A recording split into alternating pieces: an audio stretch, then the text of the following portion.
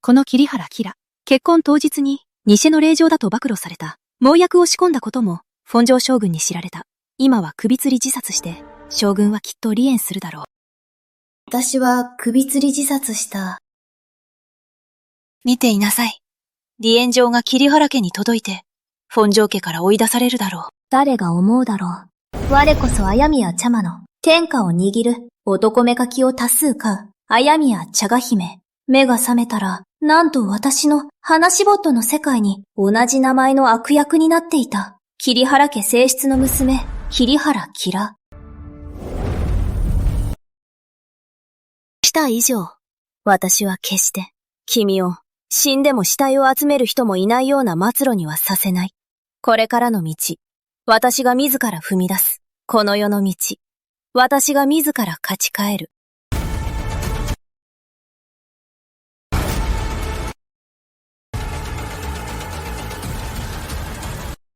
朝の時と比べて全く違う人みたい。誰だと思った？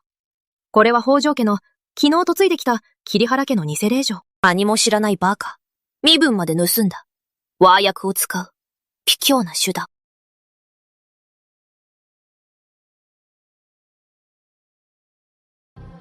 ニレレージョンだったって。私は北条家の正式な若奥様だ。たとえ離縁しようと、それは北条家の家事。組のような次女が口を出す資格はない。ご主人様がかわいそうだ。長者を気遣う。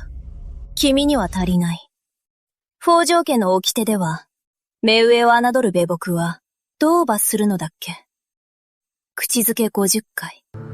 満域に売却。若奥様、私が悪かった。若奥様、お手した以上、口を出すべきではなかった。将軍が今日帰ってきたと聞いた。お願いがあるので、離縁する前に、彼に会いたい。はい。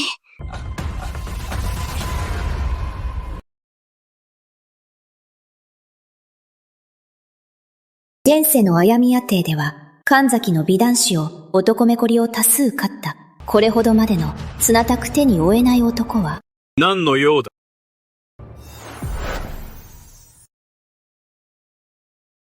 これはまた何の芝居だ。かわいそうを売って、離縁を止めてもらおうと。軍、ようやく来てくれました。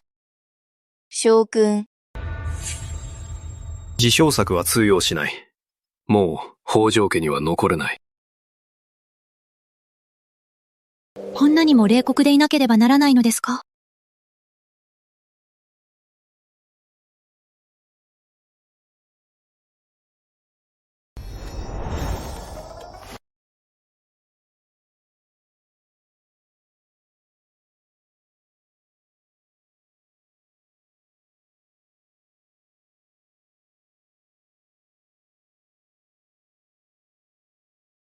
あったのか？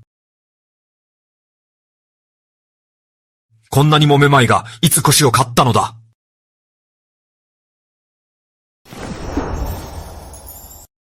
将軍は冷たい顔でも、心は熱いのです。これが呼び出した目的か。これで、残れると思うのか。将軍も聞いたでしょ？今日での私の噂、皆、私は報道だという。それならば、実演してみましょう。それに、私と将軍は夫婦です。夫婦の営みは、当然のことではないですか？もしもう夫婦で亡くなったら、今こそチャンスをつかまなければ。何しろ、将軍のような優れた男性は、なかなかいないのです。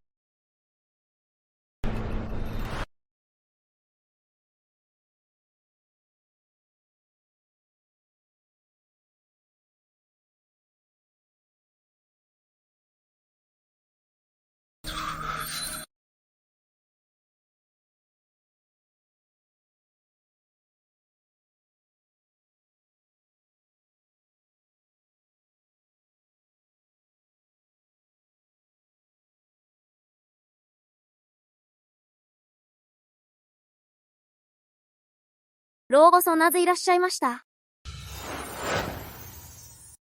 あの妃女は？老奥様。将軍は奥様と部屋で話しています。何？ションだ。ションだ。ショーナ、一体何をしているの？もしも返事がなければ、入っていきます。入らないで。彼女と用事がある。私が片付けるから。心配しないで。行こう。将軍は優しいですね。さっきの言葉は、本当だったの？もちろん本当です。3年前、将軍を凱旋で見て、人混みの中、馬を止める将軍を、民衆を振り返ったとき、私の心に将軍のことが深く刻まれました。それ以来、日夜将軍のことを思っていました。でも、私は人生の娘で、全く将軍に会う機会がありませんでした。桐原家の張仕事、もう行かなくなりました。密かに図書館へ兵書を読みました。それなら、将軍のことをもっと知れると思って、でも私は本当に愚かで、どうしても理解できませんでした。将軍に薬を隠していました。私のせいです。だから、もし将軍が無理に離縁しても、文句はありません。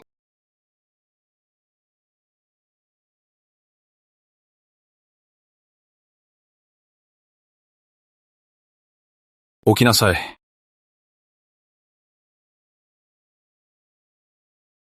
これは何だ？バレた。このクソカズミ。透けりやすい。この匂い。また薬を持ったのか。キラ、よくやったな。ただ君に心に刻まれる思い出を残すため、これで君は他の女を見てもつまらなく感じるだろう。ただ、将軍との初めてが、もっと印象深いものになればと。まだかわいそうがってるのか。この女は嘘だらけだ。手紙を桐原家へ送る。明日の朝、荷物をまとめて、本城家を出て行け。これからは、君とは関係ない。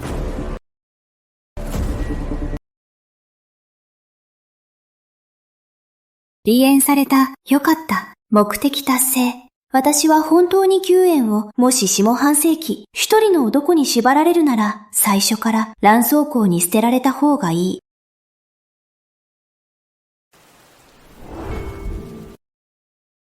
お嬢様。お嬢様。お嬢様。なぜここに？私はお嬢様の次女です。お嬢様についていきます。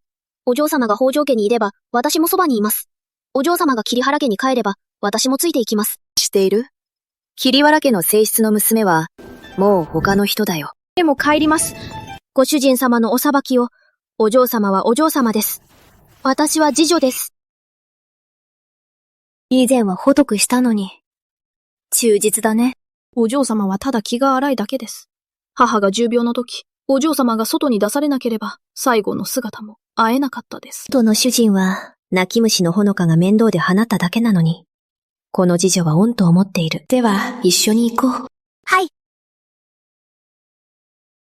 桐原家、これからが本番だ。これは貴辱だ。まず偽物を暴露され、今度は北条家から追い出された。今胸中で桐原家を笑っている娘の子を間違え、恥知らずの者を育てた。お父様、お母様、怒りをお鎮めください。そのままではお体を壊します。父者、チロアラキロは極めて邪悪だ。もし帰ってきたら、桐原家で直接追い出せ。ご主人様、奥様、本城家から追い出された、帰ってきました。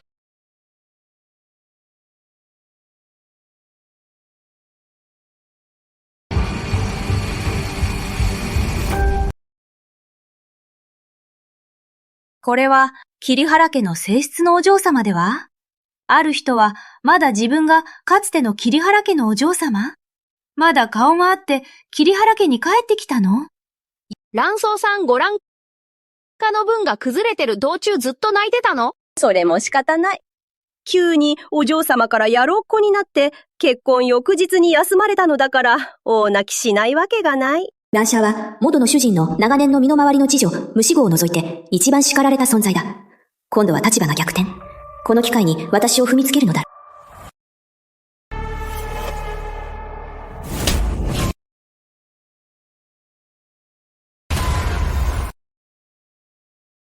私を殴るの？なぜ恐れる？まだ私の名前は、桐原家の系図にある。でもお前は、ただの身売りの下女。主人にそんな口を聞く資格がある？まだ自分がキラ様だと思ってるの？あなたはただの。ただの何？系図から除名されない限り、ひまざ抜いて、キラ様と呼べ。わかる？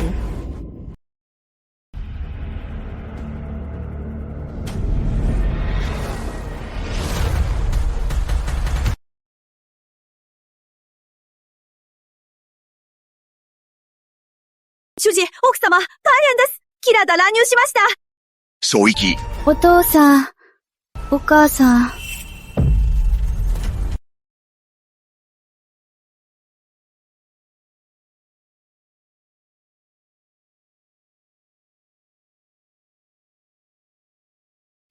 お父さん、お母さん。黙れ！お前は、桐原家の血筋ではない。まだお父さんお母さんと呼べるの？では何と呼べばいい？偽名。お前。もういい。広原家は長年、お前を宝のように育てたのに、思いがけなく、お前の本性はこんなに卑劣だ。今ではお前の出自は知っているだろう。桐原家はもうお前を置いてはいけない。お父さん、主人。お父さん、大丈夫ですか？座って。中止。意外にもしょぼくない。私の風呂を切れば、結構可愛い。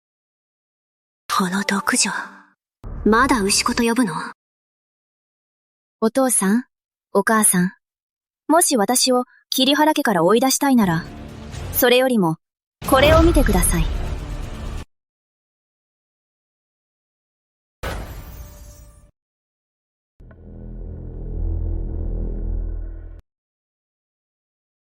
霊光寺記念三月二次期日、皇太子四重鎮詮索と、清張下落町で、決闘を命談。これは何だ？なぜ？お父さん、字が読めないの？ここに書いてあることを、いつやった？お父さんはやってないです。なぜなら、私がでっち上げたから。お前！しかし、これらの罪状を私が口にして、あやみや三田邸の耳に届けば、たとえ帝が疑っても、桐原家に不信感を抱くでしょう。到底何を望んでいる？私の望みは多くない。桐原家が外に公表して、養女として引き取るだけ。家中の者は、引き続きキラ様と呼べばいい。これを守れば、私は外では何も言わない。私も察しがいいから、西側の竹影邸でいいです。私が開けた寄港案は、しのちゃんに済ませて。私のそばにはほのか。一人でいいです。桐原家の他の人はいりません。恩を肩で返す。もはや許せない。お父さん、それとも、娘を殺して口封じ？お父さんは私を育ててきました。そんな心を持ってないでしょう。それに、ここまで率直に話しているのは、万全の準備があるから。思いがけない。多年育てたのは、恩を仇で返すものではなく、厄介な古老だったんだ。ではお父さん、お母さん、失礼します。家主、お父さん、家主。キロ様、中は汚れています。外でお待ちください。キラ様、キラ様、どうぞおかけ。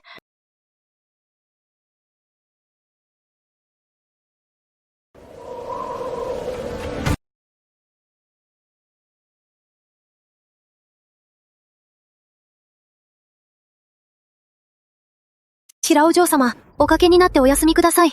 私が片付けます。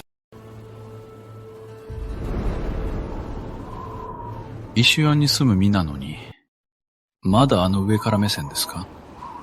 今年の初手、長夫人の息子、千里原釣屋。私以外知る人はいないだろう。掃除の当夫人は、神崎地方の大富豪の一人娘だった。原作では、元美は千里屋をいじめまくった。心優しい桐原潮野。彼の世界に光をもたらした。未来、祖父から受け継いだ元大な財産を喜んで塩野の前に捧げ、自由に使わせる。お金が必要なのに未来の金持ちの金儲けの宝。弟が自らやってきた。わざわざ来て、私をからかうの？おそらく天の目。我は悪の報い。先日まで上から私を罵り、卑しい血筋だと言った。こんな目に遭うなんて。道元賃や。それとも、知りたくないの？お母さんがどこに売られたか。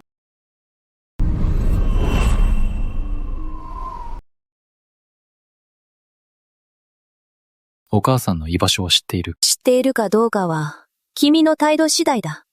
もし本当に知りたいなら、今夜アリシの菊に、私の部屋に来なさい。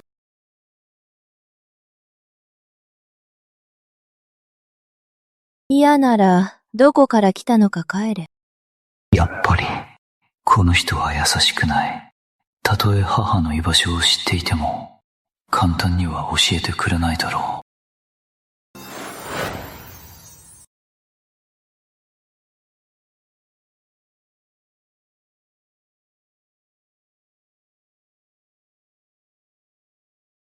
う。呼び出したのは、何の用だ？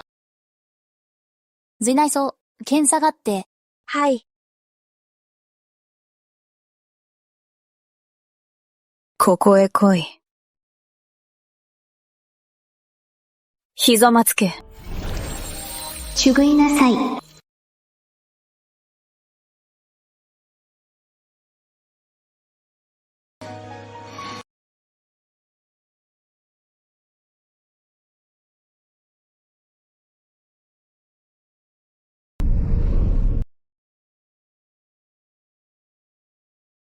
布で拭くなんて、言ったか？俺を何だと思ってる？落ちぶれたとはいえ、まだこの態度か。何？怒ったの？いいえ。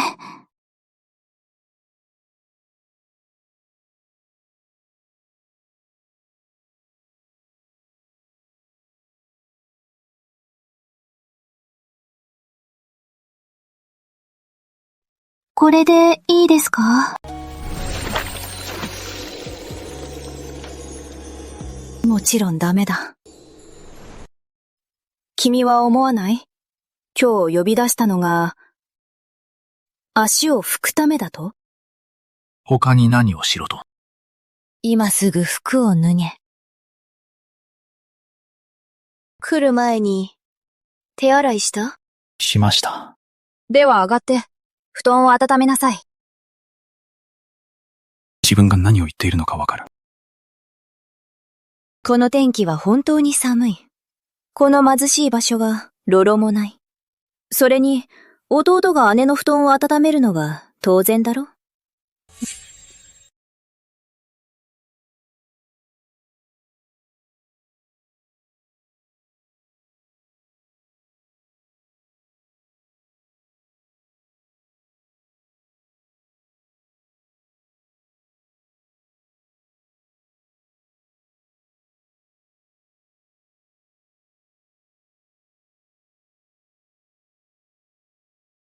何をしているの？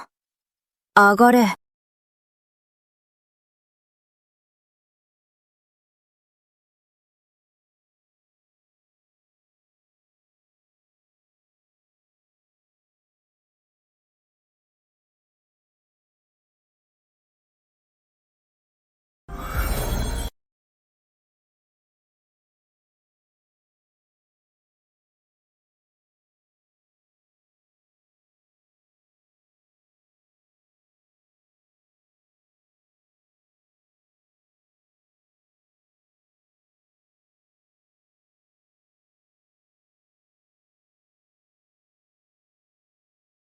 もういい。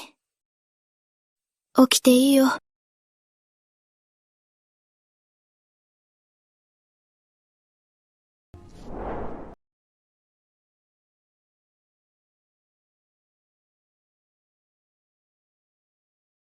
やはり彼女は私を布団温め機だと思っている。使い捨てだ。後で帰るときは、ろうそくを消してね。いつ母の行方を教えてくれるの？気分次第だね。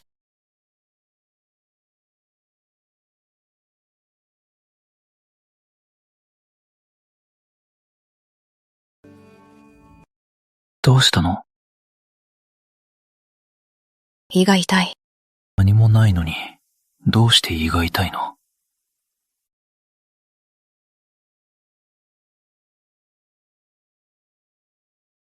夜食は何も食べなかったの？シャバの食べ物なんか、食べないわ。自業自得だ。当然だ。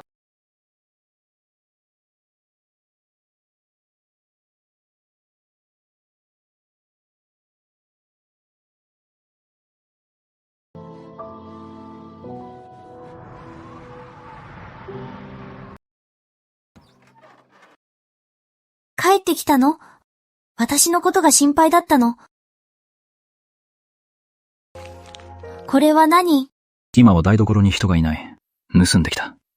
君がよく食べていた、このお菓子だろ。人に見つかったらどうするの？見つかったっていい。父に怒られるだけだ。それだけのことだ。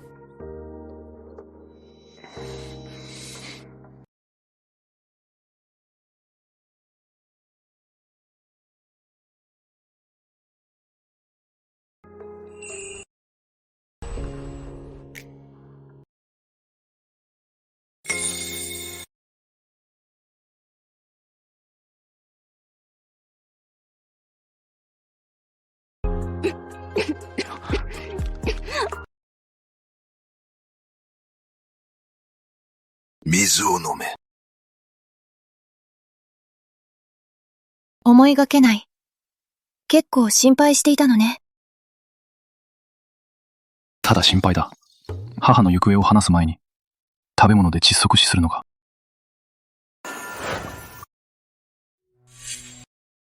お嬢様、少しでも召し上がってください。体を壊しますよ。急がない。もう少し待つ。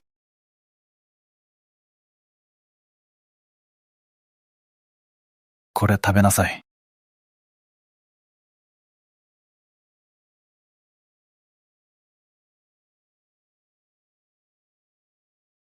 お嬢様、三男様が食事を交換したのですか？もちろん、朝食を食べないで、死んでしまうのを心配だろう。以前はお嬢様が三男様をいじめたのに、恨まないだけでなく、自分の朝食をお嬢様に差し上げるなんて。君も食べなさい。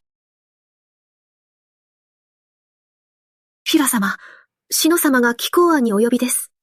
いえ、シャイノ庵です。このいおりは昨日引っ越したばかり。今日は名前まで変わった。まるで人に知られないのが怖いようだ。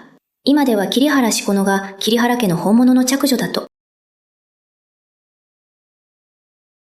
何の用だ？姉さん来たのね。この部屋はもともと姉さんの部屋でした。これらの服や宝石、母上は全部私のものだと言いました。でもそれでも姉さんが好きなものを選んでもらおうと思いました。何しろ、姉さんは桐原家の名目上の長女ですから。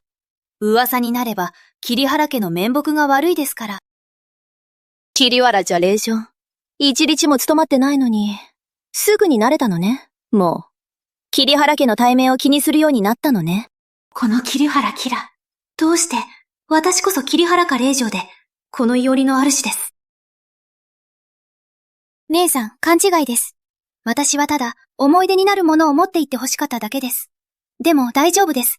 もし姉さんが嫌なら、それでもいいです。私のせいです。昔のことを話して、姉さんを困らせて。困ってる？聞き間違いなければ。さっき言ったでしょ？好きな服を選んで、宝石も持っていけるって。はい。水内装倉庫へ一番大きなマダイを取ってこい。はい。まだ？何のことですか？タンスの服も、鉱石台の宝石も、全部持っていけ。はい。姉さん、何をしているのですか？シーノがこんなに思いやって、私もそれを無駄にできないわ。桐原家令嬢の対面は、このタンスと宝石箱にあるのよ。シーノ、安心して。これからは、シオノのように立派に、桐原家の面目をなくさないわ。あなた！でも、私がいたのは、姉さんが持っていくのは数着です。これらは、私のお気に入りよ。それ以外に、部屋に飾っていたのは、自分の目障りにするため。私は彼女を恥ずかしめようとしたのに、どうしてこんなこと。何が起こっているのだ？つゆめ次男様、ご明察。塩野様は優しく、キラ様に古物を選ばせました。思いがけず、マザ袋を持ってこさせました。すべての服と宝石を持っていきます。キラ、なんでこんな恥知らずなのだ。どうして、これらを全部持っていくのだ。何を恥ずかしがるの？この部屋のものは、もともと全部私のものよ。本当に塩野を思うなら、塩野のために新しいものを買えばいいのに。桐原家の令嬢に、私の着た服を着せるなんて。私の使った宝石を使うなんて。桐原家の面目を失うわ。君のもの？これらはすべて塩野のものだ。君がこの家を奪ったのだ。まだ平気で、これが君のものだというのか。私が泣いて、偽の令嬢になりたかった？私も被害者よ。それで、被害者？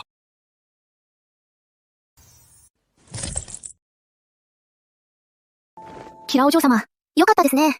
これで新存や美しい着物が。お嬢様はもう、あの汚れた着物を着なくて済みます。ちょっと着て。顔の汗を拭ぐいなさい。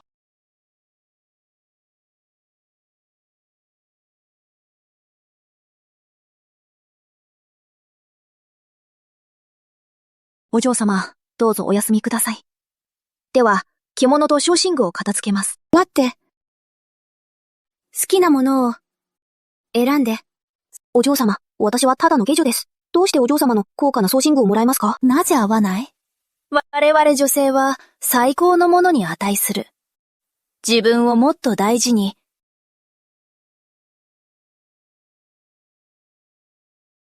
さあ、取って。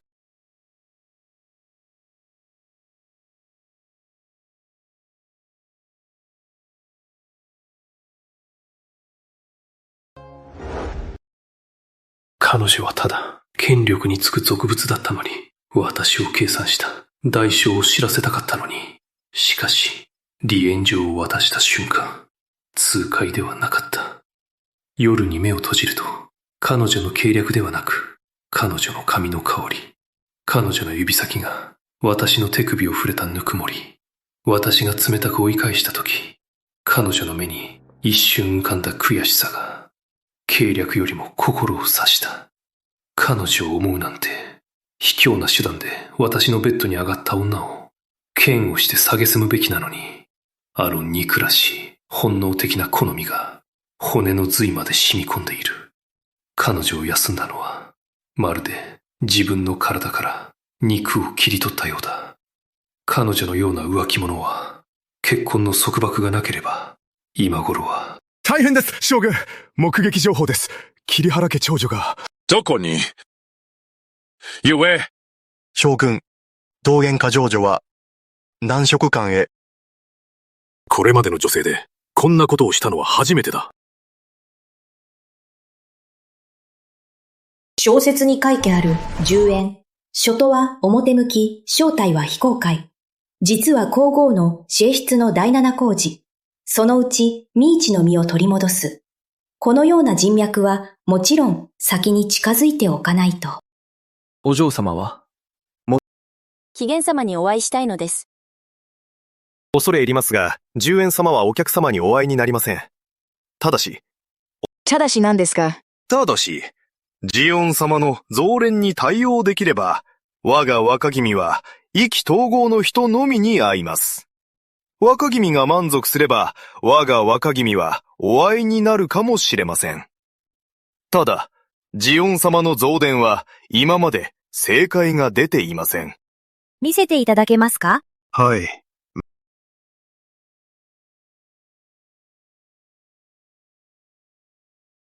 本当に難しい、この擬音。釈迦手。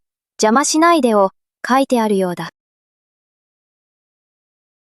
筆を取っていただけますか？はい。こちらへどうぞ。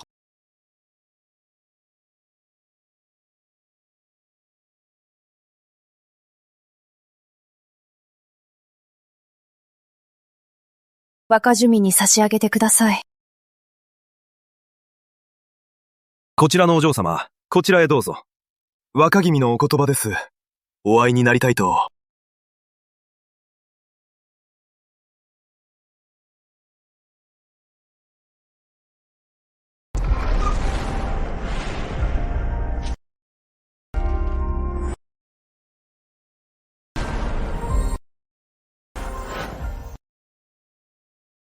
B 管理連に聞いたところ、島の子を退できたのは少女だと。思っていたよりも、もっと若いですね。どうぞ。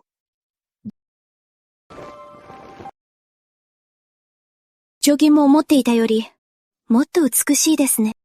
ルーム寒月を破り、熱種氷を溶かす。鴨の句の孤独と倦怠を、花火の暖かさで切り裂いた。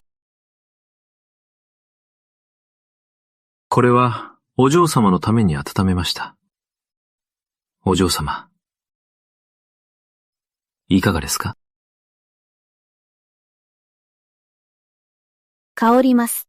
これは、私が手作りした果実酒、青梅を3月の朝露につけ、みかんを松葉と一緒に蒸し、最後に咳水で瓶を封じ、梅の木の下に埋め、香りは甘く爽やか。口に含むと柔らかな雲。実は骨まで酔わせる。お嬢様、飲みすぎないでください。美味しい。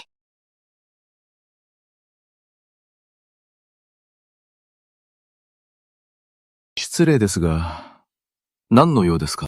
本当のことを聞きますか？もちろん。聞いたところ、今日の噂では、キャンスイロの祇園様は国を傾ける美貌。だから来てみました。本当に噂通りかどうか。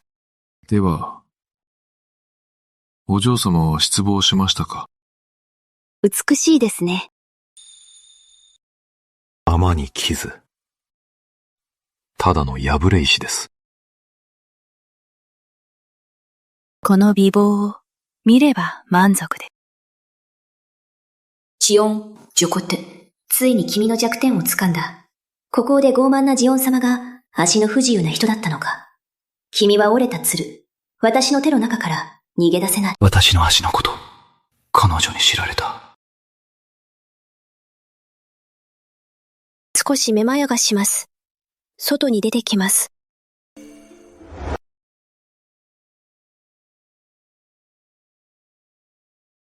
言ったでしょ。この先は酔いやすい。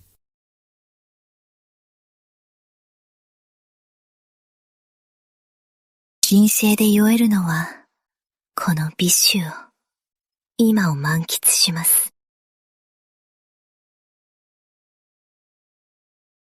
キスしたい。いいですか？キスしたいの？いいの？桐原茶の偽令嬢。噂とは違うな。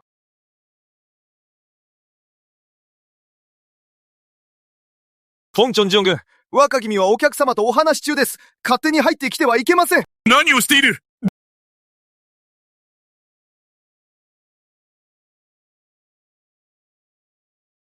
フォンチン純銀、勝手に入ってくるのは、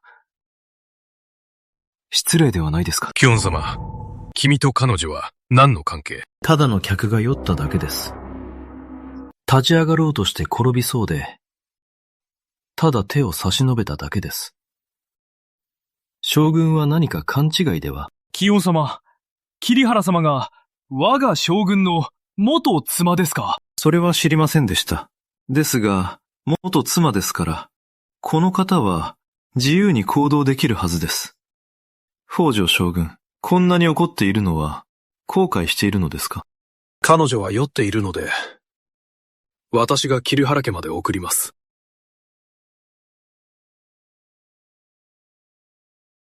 コンチョンジョン軍。私を侮っているのですか？ここは水色です。私の客を本庄長軍であっても勝手に連れ去ることはできません。うるさいよ。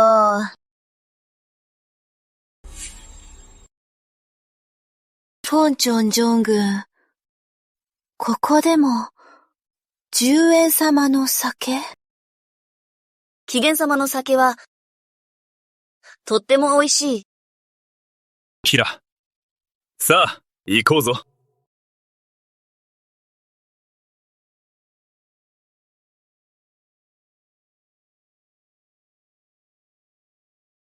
抱っこ。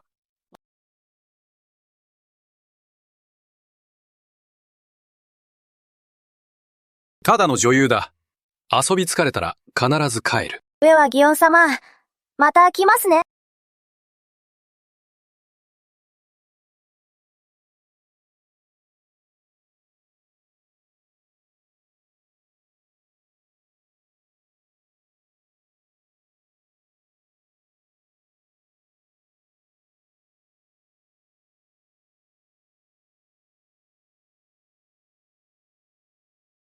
気楽。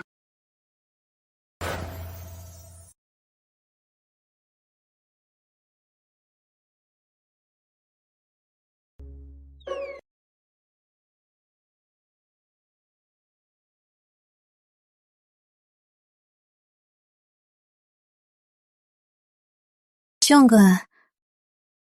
なぜここにいるのですか？極主楼でのこと。全部忘れたのか？覚えてます。ジオン様に会い、彼の梅酒を飲みました。女王様の梅酒はとても美味しい。いえ。つまり、上演様はとても美味しい。極水楼に何しに行った？そこがどこか知ってるのか？お前は女なのに、自分の名声など全く気にしないのか？だからこそいたのです。フォンジョー将軍に離縁され、とても鬱陶しかったので、どこかで酔っ払いたかったのです。それも当然でしょう。しかも、今日では私が放蕩だと噂。こんな放蕩で名声のない女。談笑館に行っても何の問題もないでしょう。もし本当に放蕩なら、私と一緒の時、どうして処女だったのだろう。今日中では皆指を刺され、噂されているのに、平気なふりをしている。でも、将軍は私を休んだので、私たちはもう関係ないのです。何を気にするのですか？九州楼で私を探しに来たのは、きっと他の男のところに行ったのを見て、嫉妬したのでしょ？単に道を通っただけだ。北条家邸に忘れたものを返しに来ただけだ。結局、好きな時に好きなように。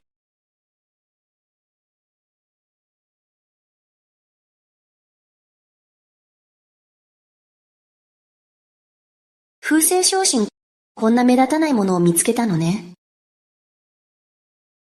それなら、将軍に感謝しなければなりませんね。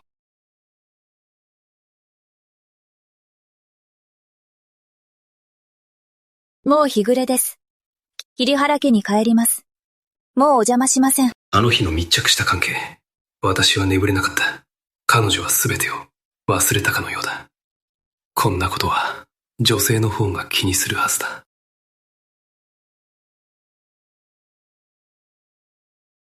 本当に何も言いたいことはないのか？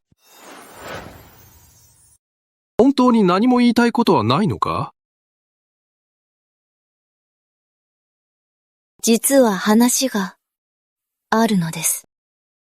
なんだ？将軍。ちょっと。もし今彼女が頼んできたら、多分、もう一度二人のことを考え直せるだろう。ちょっと金を貸してもらえない？なんだって？今は一文なしだから、もし、本当にかわいそうなら、金で、私を撃ち殺せばいい。お前！金がないのに、10円に会えたのか？今日では千金を惜しまず、会いたがっても、叶わないと聞いた。機嫌に合うのは、今ではなく、才能だから。行くわ。待って。今はもう私の馬車の中だから、私の馬車で送っていこう。いりません。将軍、こんな言葉を聞いたことがありますか？資格のある元恋人は、死んだ人のように振る舞うべきだ。将軍はもう私を休んだので、私と将軍は避け合わなければなりません。そうでなければ、将軍の新しい恋が邪魔になります。お前。避け合う。あの日は私の上にまたがり、もがきながら私の胸に伏し、夢でも会いたいと言った人が、今日は私の馬車に同乗するのも避けるのか。2年も私を愛していたなど、やはりこの女のでっち上げだったのだ。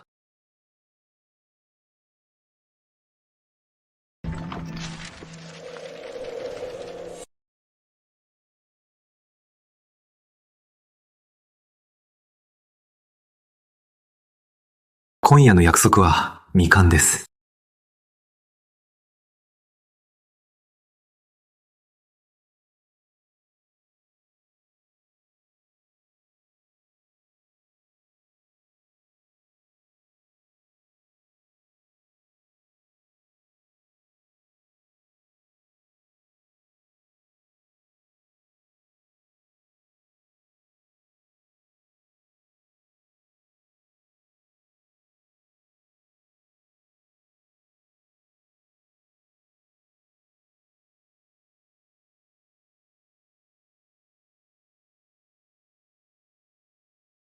ここは二人だけ。もう邪魔されない。機嫌そうのお誘いで、こんな格好で、少しも勝意が感じられません。キラさん、教えて。私が与えられるのは、本城将馬よりずっと多い。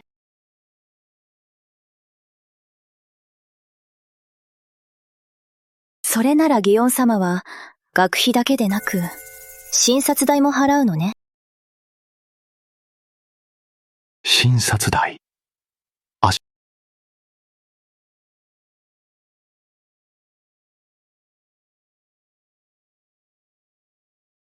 の感覚を少しずつ取り戻しましょう。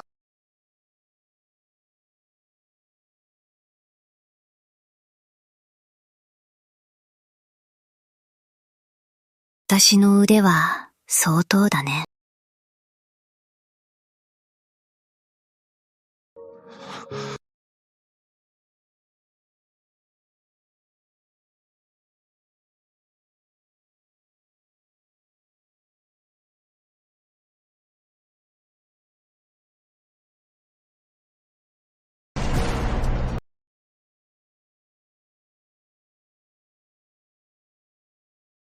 お嬢様、昨夜はどこへ行ったのですか？なぜ今帰ってきたのですか？二人の生活のため稼ぎに行ったのよ。どんな緊急事態でも、起きるまでお嬢様、三男様が、奥様の修女中に連れて行かれました。三男様に家宝を貸すとのことです。私の犬。誰が触るというの？母上が呼び出したのは何の用ですか？カムは卑しいが、哀れに思ったので、聖母に育てられなかったと思って育てた。今日知ったが、桐原家で育てたのに、泥棒のような恥知らずの者が！ただの小豆巻き3つだ。三男様、台所のものがなくなりました。目撃者がいます。おとといの午前0時過ぎ、台所に入った。なくなったものは三男様が取ったのですか？はい。その人によると、台所を出た後、キラ様の竹影邸へ行きました。台所からなくなったものは、キラ様の指示で盗んだのですか？盗んだのは私です。でも、キラ様の指示ではありません。私が食べました。よく考えなさい。盗んだのは、先祖のこまもぬだ。コムズ。これは先祖への大不敬だ。床堂で2日間ひざまずいて、3日間断食だ。この罪、組は受け入れるか？召し上げよ。物を持ってこい。これはなんで剣吉？万霊から7日かけて運んだ。先代はこの甘酸っぱさが大好き。どれだけの手間をかけ、やっと24個集めたのに、今では皮だけになっている。3日後、桐原家の先祖祭り。何をもって先祖を慰める？よく考えなさい。この罪。組は受け入れるか？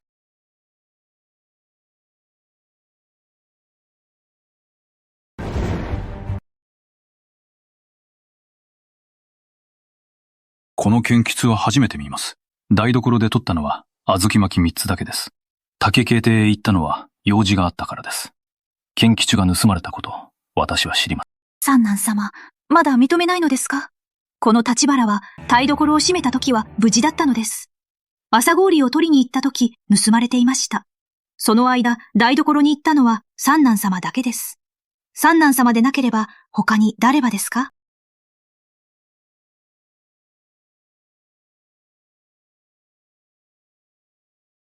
普段の君は礼儀正しい。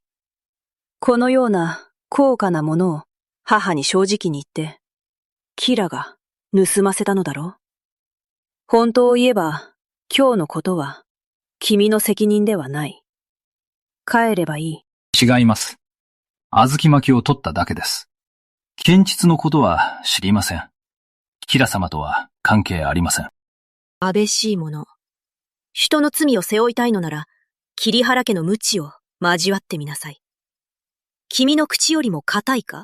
先祖の供物を盗む。大逆不道。何体なのだ。家法にのっとって、20回鞭打つ。北道で3日間ひざまずけ。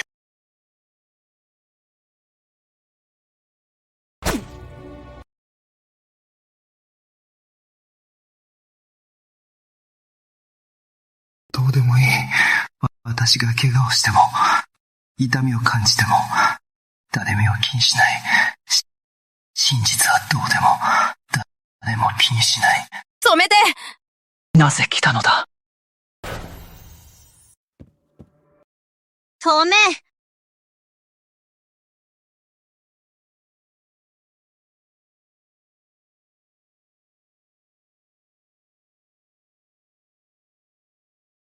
不条目上何をしているのですか？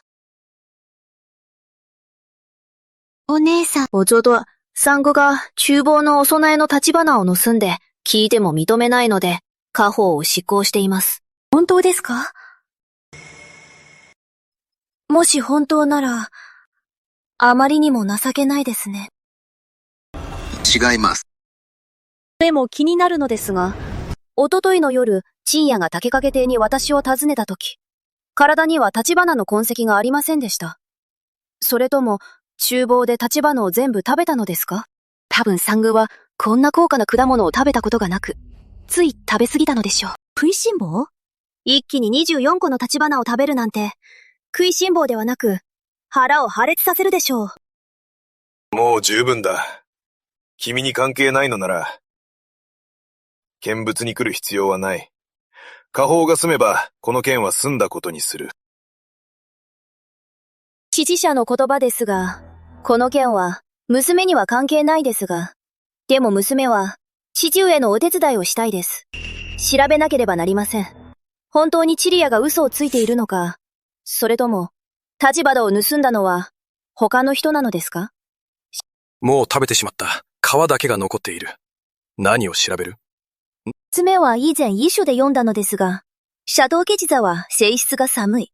食べ過ぎると、1日の間、サマニューは飲んではいけません。さもないと、普通、下痢し、手足が冷えます。それなら、サマニューを一杯飲ませてみましょう。もし陳也がこの症状を起こせば、娘は思います。20回では足りません。少なくとも、さらに10回追加です。でももしなければ、それは陳也が無実である証明です。君は昔は三字経も読めなかったのに、なんで遺書を読むの？もし母上が信じないなら、家の医者を呼んで聞けばわかります。医者を呼ぶ必要はない。いいです。母上は今怒っていました。調べなければ家風を正せません。母上が医者を呼ばないのは、おそらく、この件に隠された事情があるのですか？何か隠されているのでは。彼女は文字も読めない。三字経も読めないのに、どうして難解な医書を読んだ？わざと嘘をついているのだろう。私を惑わせようとしているのだろう。何の陰情があるの？それほど言うなら、家の医者を呼ぶ。本当か確認させる。はい。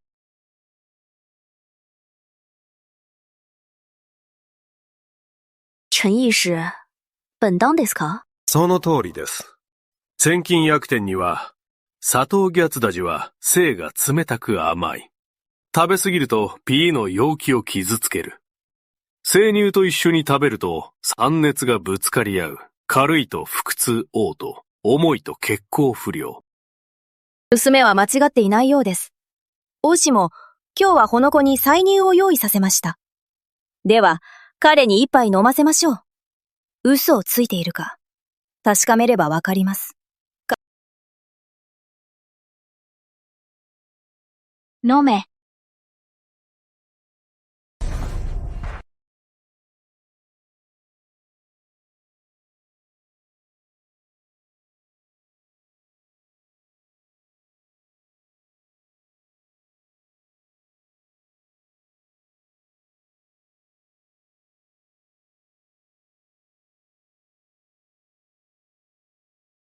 いかがですか？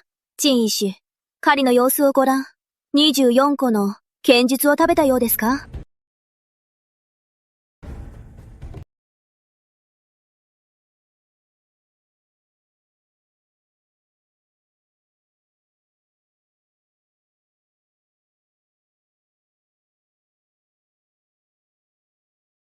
アンナの呼吸は平穏。舌は炭鉱色。舌滝は薄白。肺痛の兆候もない。私の診断では食体の兆候はありません。剣術の刑はおそらく陰情があるようです。彼がやったのではない。厨房の奴隷が看守自盗だ。誰がやったのか分かっても、やはり彼女をかばった。直ちに厨房を徹底調査。当吉書のを捕まえたら、末30、売却。待って。先ほど陳医師は、下苔の色について、砂糖ゲジザを大量に食べると、下苔がオレンジ色になる。先ほど塩野ちゃんの、下苔がオレンジ色に染まっていた。君が盗んで食べたのではないですか？私はしてない。私が食べたのではない。してない？それなら、もう一方の生乳を飲んでごらん。もししてないなら、飲んでも平気だろ？もういいよ、キラー。まだ自分が、桐原家の令嬢だと思ってるの？潮の時期の次女で、思いのままに使えるの？自分の立場を知れ！なるほど、篠野。君は今、桐原家の着女なのにまだ、下女時代の癖が抜けないの？何が食べたいの？そのまま言えばいい。母は君を可愛がってる。食べさせないなんてことはない。なぜ盗み食いしたの？しかも全部食べてしまったの？この先祖の霊に、このことを知られたら、どれほど悲しまれるだろう。ただの生乳一杯だ。飲む。ただの腹痛だ。我慢すれば済む。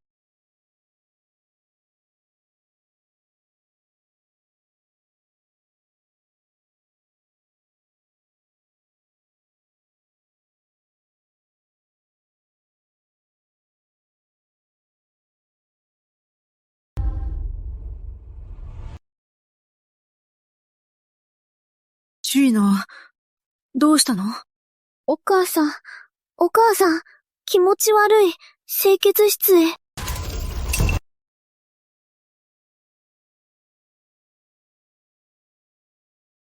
きっと君は生乳を飲んだことがないから体が合わないのよ。早く塩野様を清潔室へ。陳医師にすぐ診察させ。はい。この子がいつもいじめなければ、下野は人前でこんな恥をかかなかったのに。もういい。返事は、野良猫が食べたことにしよう。これから二度とこのことを言ってはならない。二人とも、シーアンへ戻れ。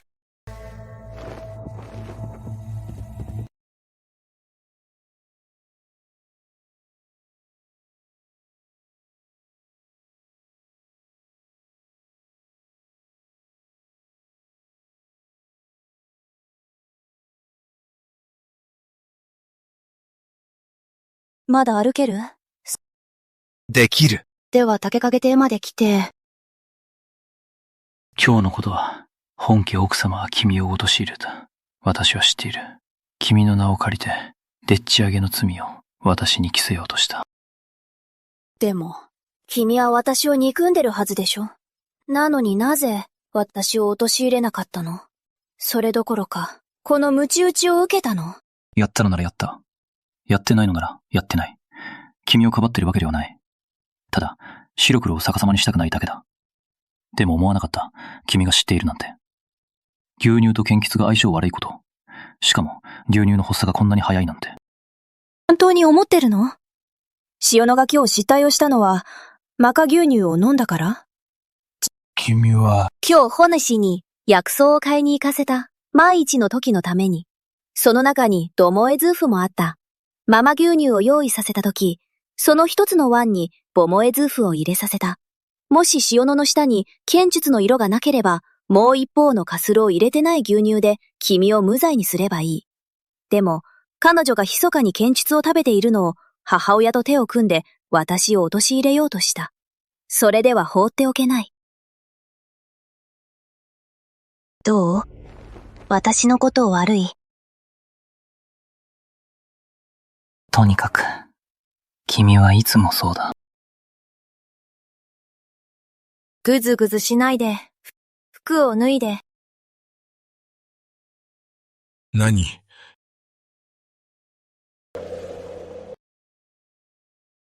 言っただろ。脱げ。全部。言っただろ。脱げ全部。服を脱がないで。どうやって薬を塗れる？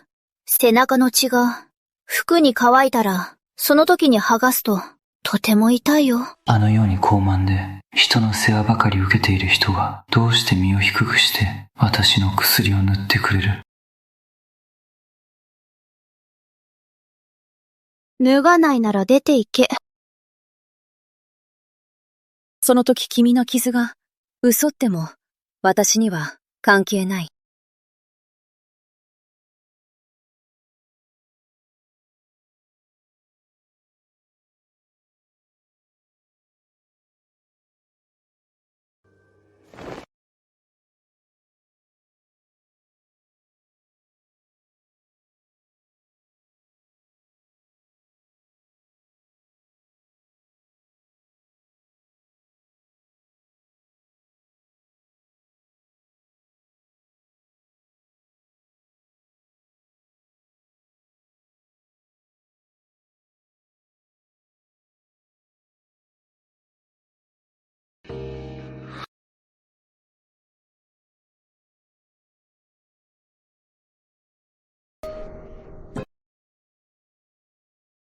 何を震えてるの？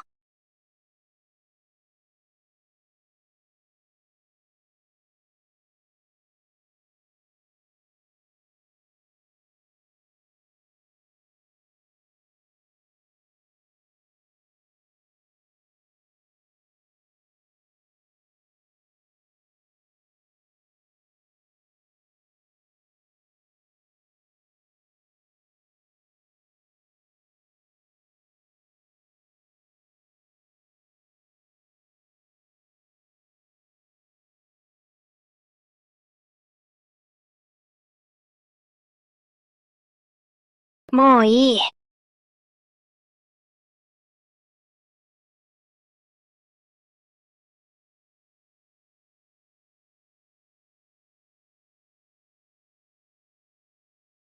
何を見てるの？なぜ？私の美しさに目が離せない？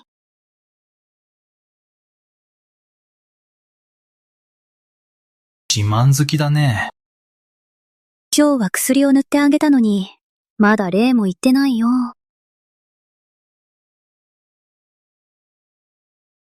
ありがとう。ありがとう。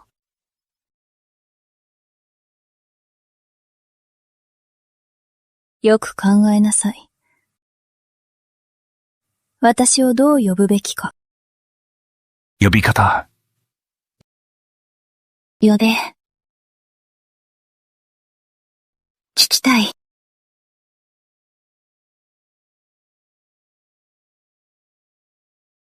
お姉さん。お姉様。ありがとう。お祖様。あの人は妖精だ。人を丸飲みにする。それでいて、心から死を願わせる妖精。いい子だ。弟がこんなにいい子なので、お姉様がプレゼントを用意したの。君にあげるわ。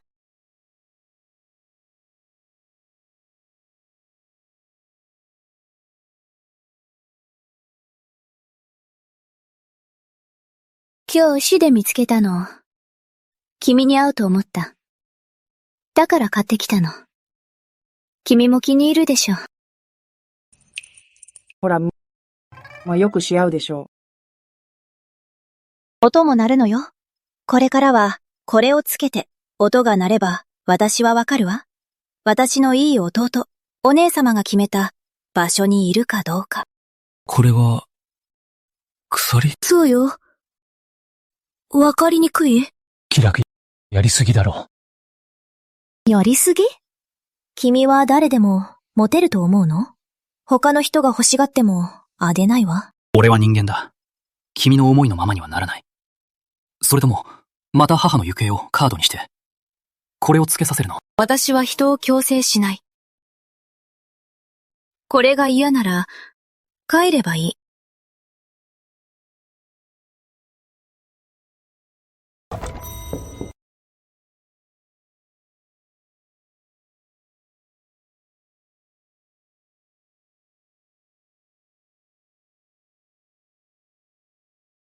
お嬢様、三男様の傷は大変ですか？帰るとき、顔に血色がなかったです。あの薬を渡して、ドアの前に置いて。お嬢様、次女様。昨夜は一晩中下痢でした。清潔室には20回以上行ったそうです。痩せ衰えてしまいました。奥様は一晩中付き添いました。今朝は眼下が真っ黒でした。他人の子に戦傷があった時は、本家奥様の目は氷のよう。でも、自分の娘が辛い時は、優しい母親の心が本物だ。他には？安蓮北塾茶から、燕での招待状が届きました。奥様は今日の都で一番有名な仕立て屋を呼び寄せました。次女様のために10着の新しい着物を、さらに数点、赤金宝石の数も作るそうです。5日後の燕でで、次女様が着用するそうです。原作では、無敵の後、シーノは若君の好意を得て、貴族の世界で地位を固め、一時は無敵の存在だった。もっと私を嫌いになり、そのまま私を殺した。聞くところ、若君が希求した。はい。運命を変えるには、彼を利用する。でも2年前、雪村凛波が告白した。私は公に拒否した。濃く恥ずかしめた。雪村凛波は愛から恨みに、京を離れて辺境へ。ほの石、調べてきて、雪村凛波の行方。念入りに調べて。はい。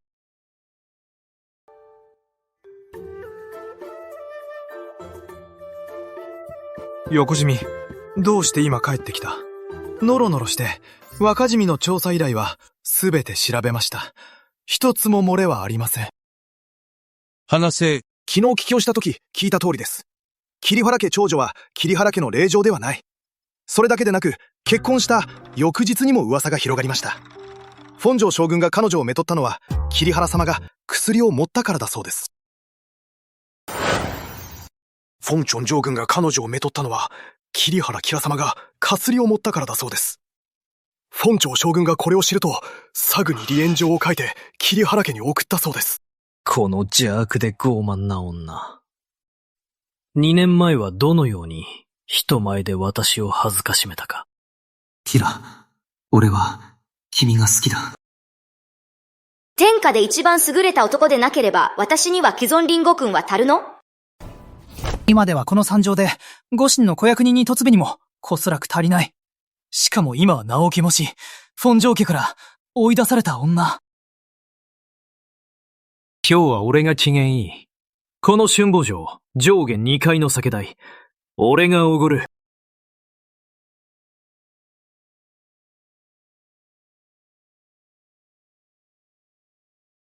今からもう待ちきれない。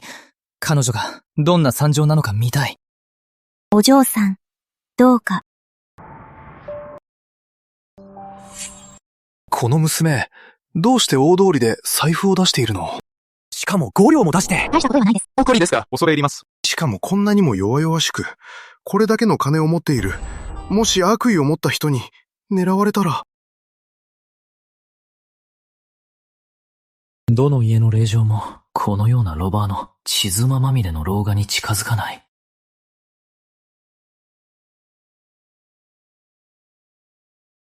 バカすぎる。尾行されても気づかない。まだ裏庭で遊んでるのか。今日俺に会えたのは、君の幸運だ。行く！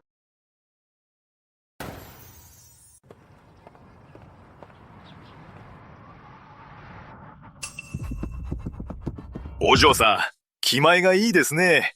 それなら、兄弟にも少し分けてくれないか？何をしているの？何を装っている？俺は目撃した。老いぼれの小じに5両銀を渡した。死守なら、さっさと財布を出せ。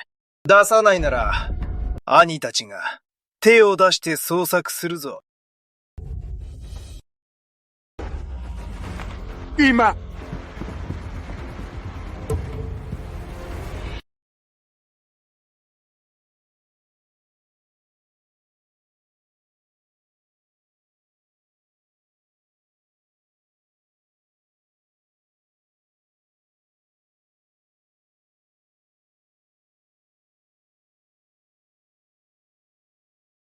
金は、くっそ、俺をからかうな！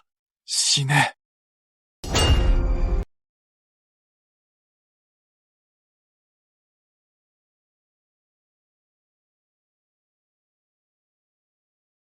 あなた、朱木村家の若君では？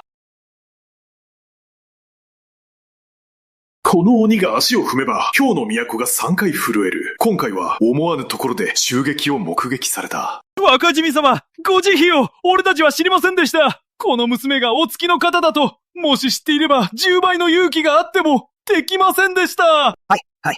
つまり、他人ならいいのか？エロ！もしまたこの辺でうろついていたら、舌を抜いて、縄文でカラスの餌にする。はい。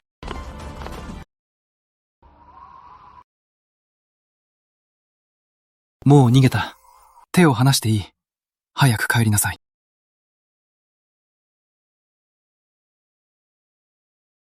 今、死を捻挫したみたいです。どうしてこんなに不器用なの？では、まだ歩けますか？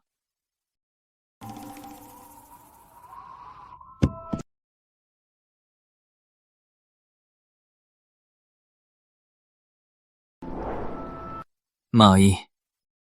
せっかくなので、お名前は？お家はどこですか？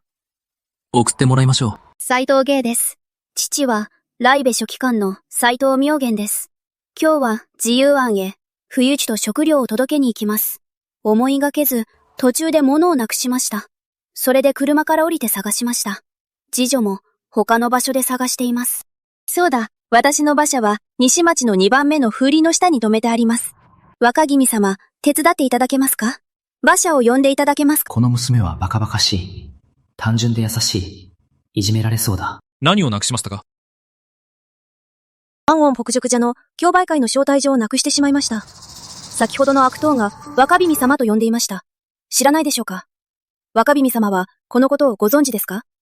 その招待状は、とても大事です。競売会で落札した品物は、すべて災害救援に充てます。私は自分の父親を寄付しようと思い、少しでも力になりたかったのです。ここで待って。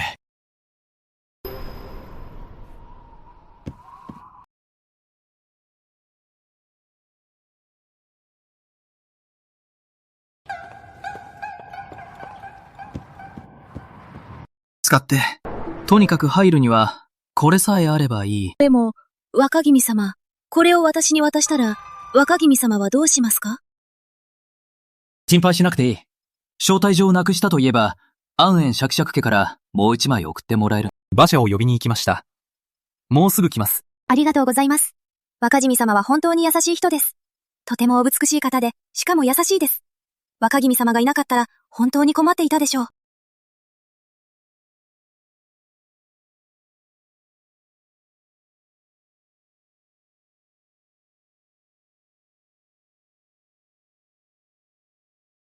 楽君様、馬車が来ました。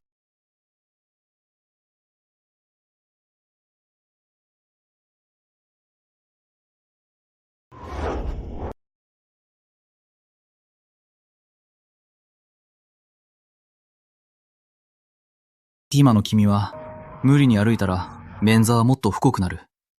それなら、もしよければ、私が抱いていきましょう。では、お世話になります。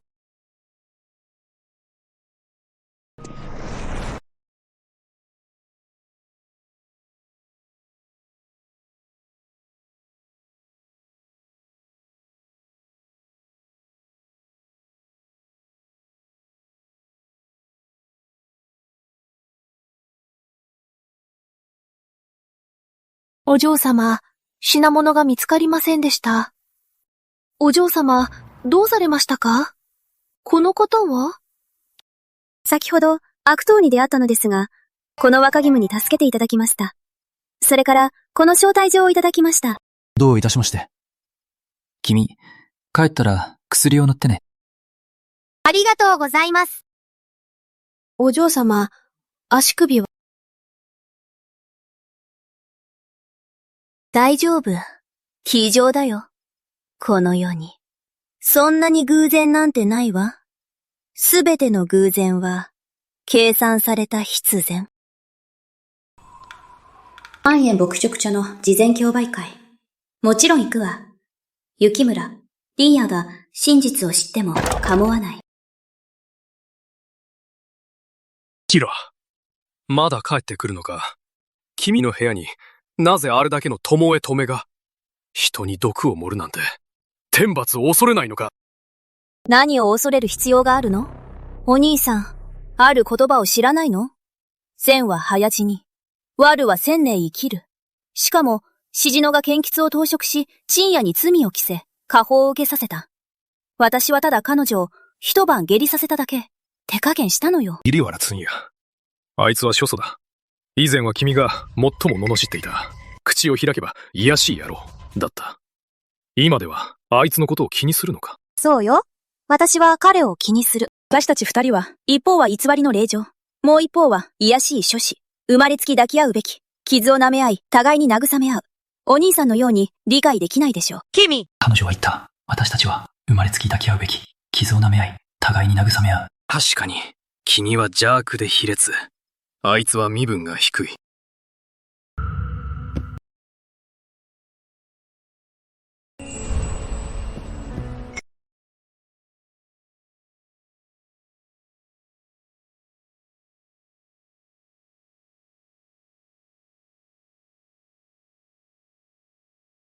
何の用？お前が言ったでしょ。布団を温めてほしいって。以前は必要だったが、でも今は、もういらない。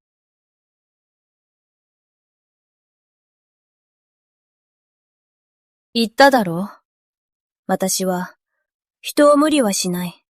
もし私の犬になりたくないなら、今すぐ出て行け。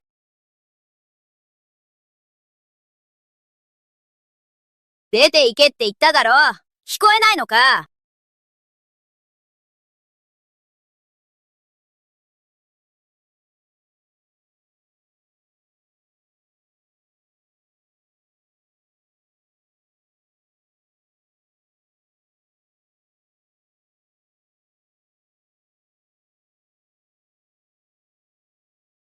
思いがけない16年も育てた嫡女が、ビセナだったなんて。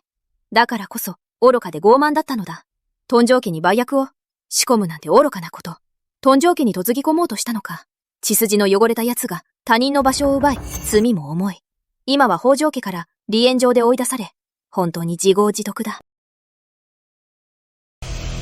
空星将軍乗りました。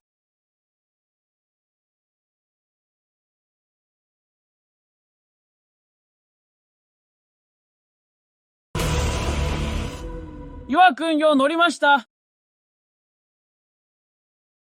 雪吊り家の、暴れん坊も来たの？そうだね。いつも形式的なことは嫌いで、人混みも苦手だったのに、今日は珍しく来たね。どこにいるのだろう。招待状はもらったはずだ。足の捻挫が治っていないのだろうか。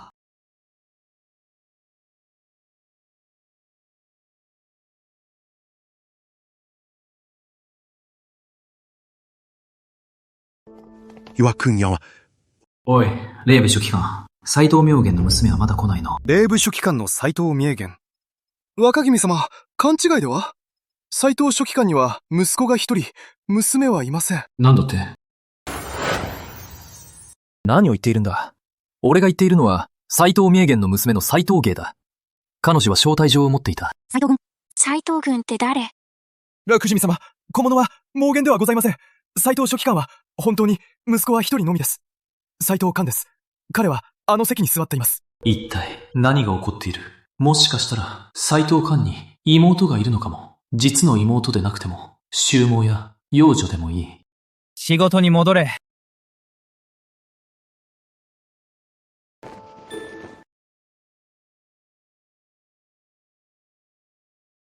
桐原キロが現れるたび、どっしりと、全身に高価な装飾品、体中につけたいほど、人に知られないのを恐れて、桐原家が金持ちだと。目の前の本物の令嬢は、遅いは地味だが、高貴さが漂うだけでなく、数坂しさも感じられる。その通り。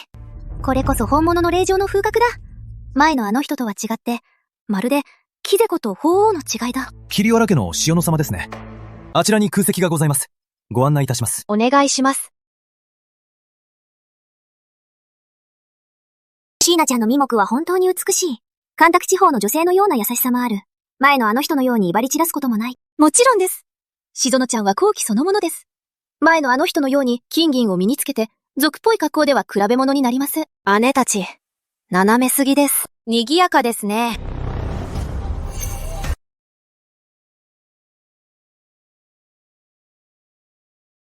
賑やかですね。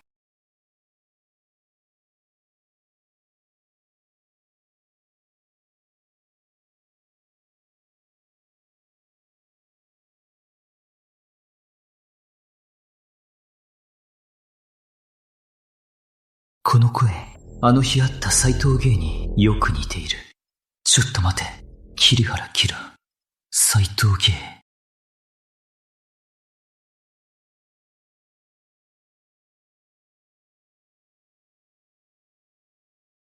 椎名ちゃん、ここにもいたの？姉さん、どうして来たの？桐原キラ。ここがどこか知ってる？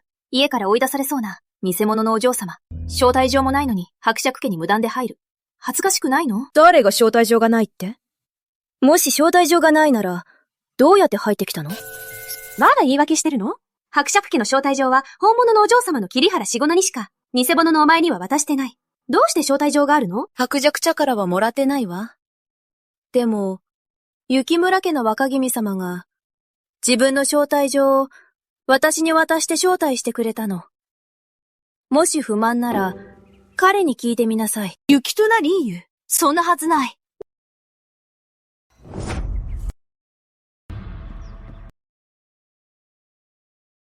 桐原キラ。こっちに来い。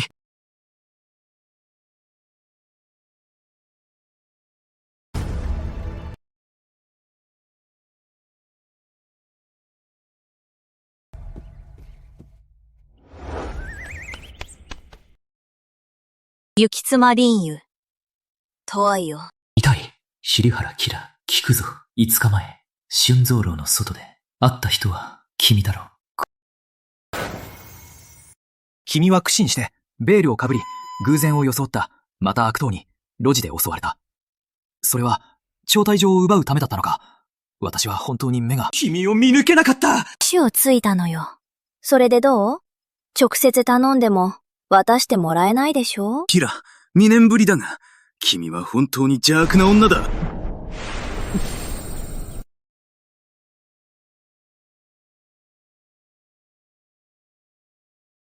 キツンリンユ。うるさいわ。今は静かになった？初めてのキス。桐原キラ、俺は君を殺す！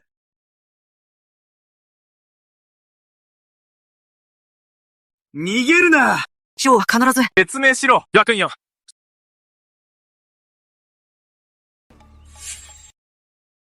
送信。怖いの。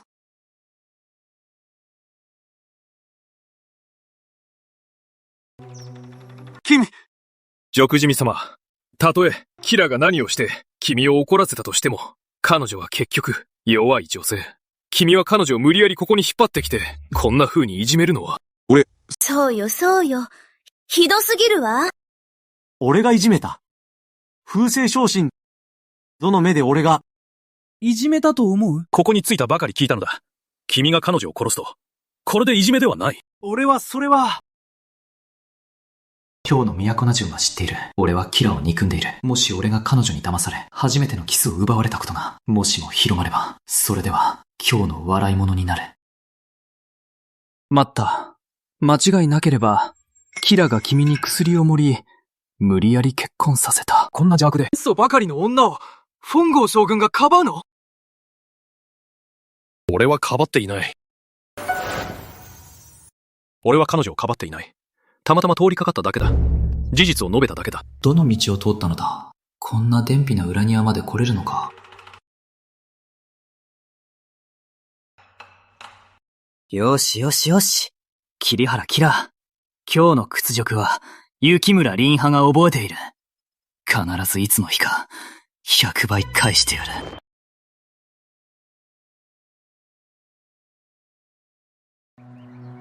雪村和子君に何をしたのだ？あれほど激ヤをさせたのは。私が何をしたの？ただ私の名声が悪いだけです。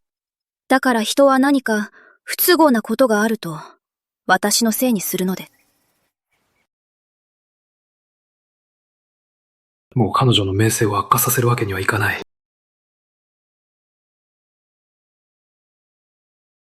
君は知っているだろう。君の名声は危ない。だから大事にしなさい。自分の名声を今は昔と違う。桐原家の庇護はない。人はもう譲ってはくれない。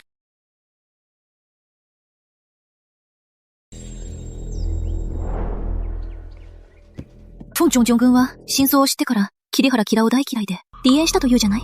先ほどフォンチョン将軍、なぜ追いかけたの？桐原キラのため？桐原キラの招待状は本当に雪村若君からのもの？雪村若君の様子を見るとそれっぽくないですね。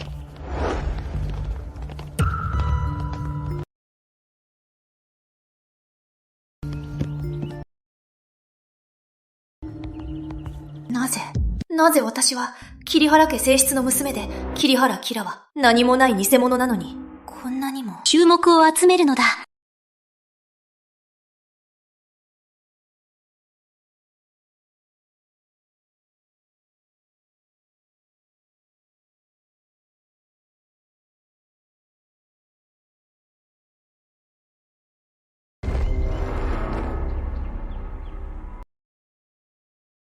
次山9媒介始め。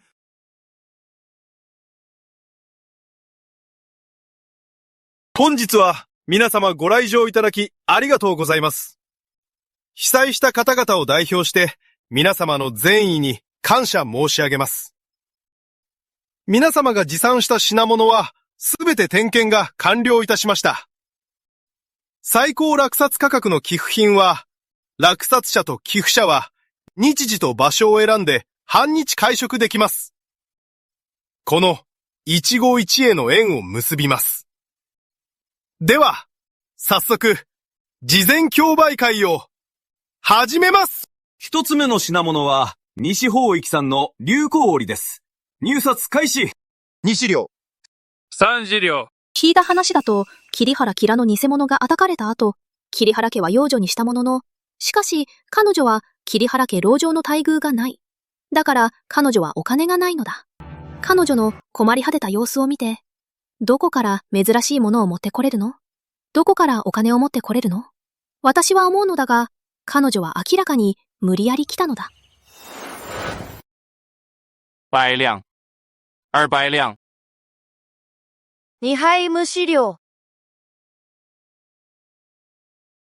これは、西方域の竜光ソリ、塩野様が落札です。シーナ、これを落札したの？鹿の3倍もしましたよ。これらの品物は本来災害救援用です。お金を多く使っても、被災者に食べ物を与える価値はあります。シーナは本当に心優しいですね。そうですね。信濃のように本当に被災者のために入札しているのに、一方でどこから来たのかも。多分、お金もないのに、何も買えないのに、平気で来て何をするの？手段を使って招待状を騙し取ったとしても、今のこの落ちぶれた悪女、来たところで何を落札できるの？単に恥をかくために来ただけだ。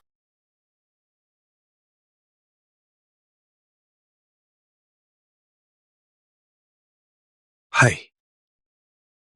桐原家長女、本庄将軍の、今日、もし気に入った品がお気軽に、後で会計係に彼が処理します。いりません。北条将軍にもお礼を。それと、これを渡してください。だから言うのよ。結婚相手は北条将馬のような素晴らしい男性がいい。将軍増減下長女はいりませんと、これを渡すようにと。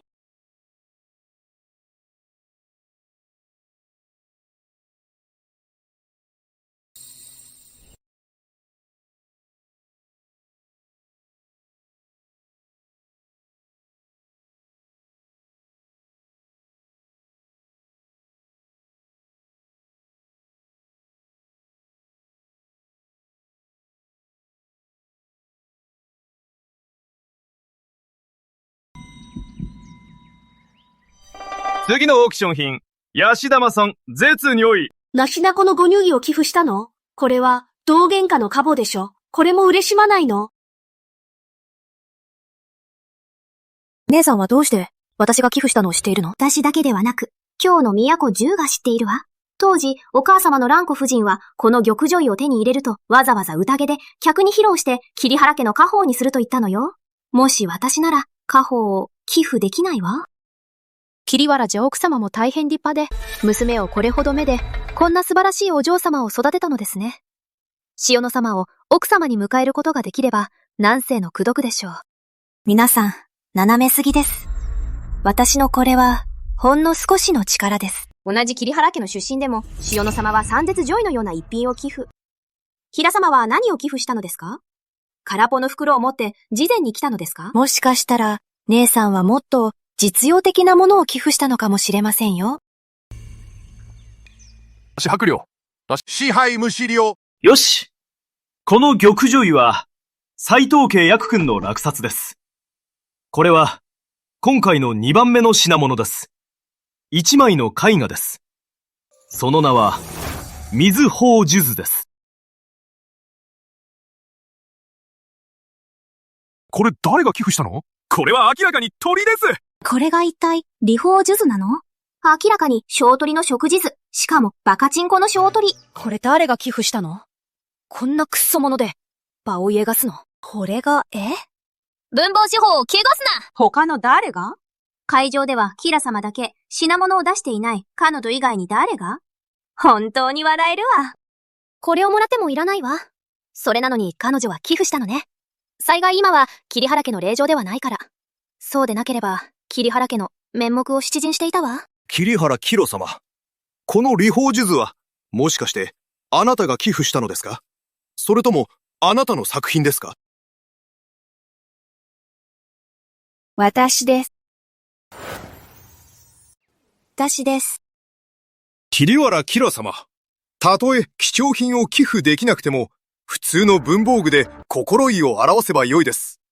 しかしこれでは、競売会への敬意に欠けます。須藤家若牛の言葉は、私は同意できません。この競売会の目的は、人々に寄付品を落札してもらい、その金で災害救援をすることです。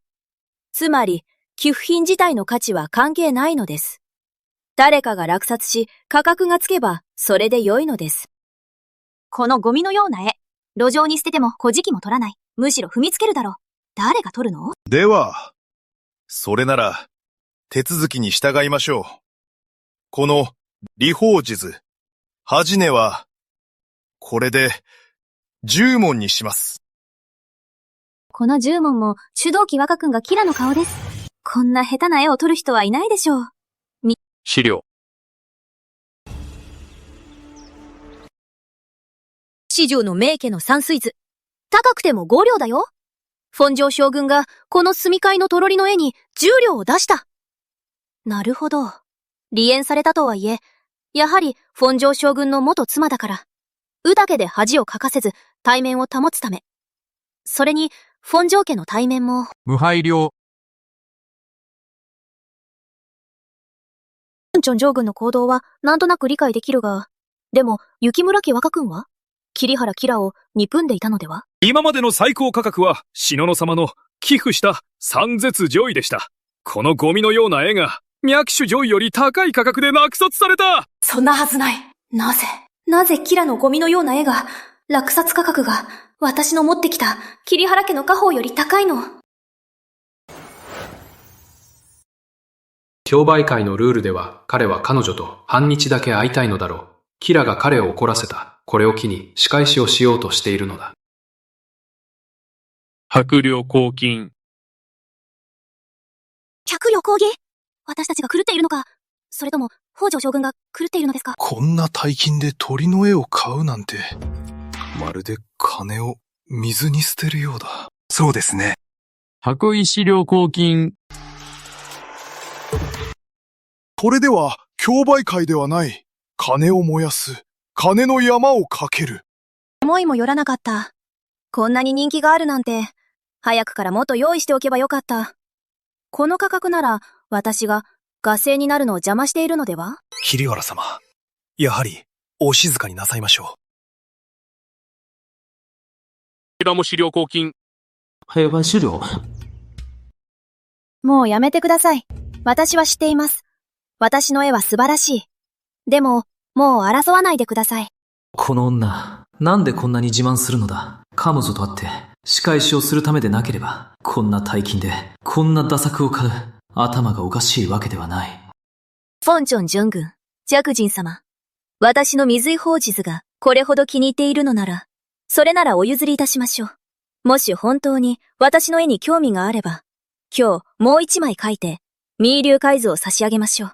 いかがですか？随フォン地図、コリの絵にしてしまうのに、キーリュウ海図なんて大きな土壌がニロ沼で転がっているようなものだろう。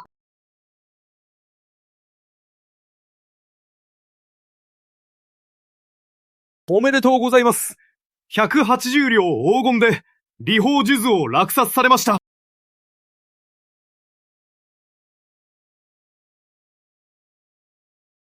おめでとう。なぜだ？なんだか何かの手口にかかったような気がする。競売会のために何日も準備したのに、それでいて高価な玉女位を寄付したのに。でもキラは存在な絵一枚で私よりもはるかに高い価格で落札された。なぜこんなに不公平なの？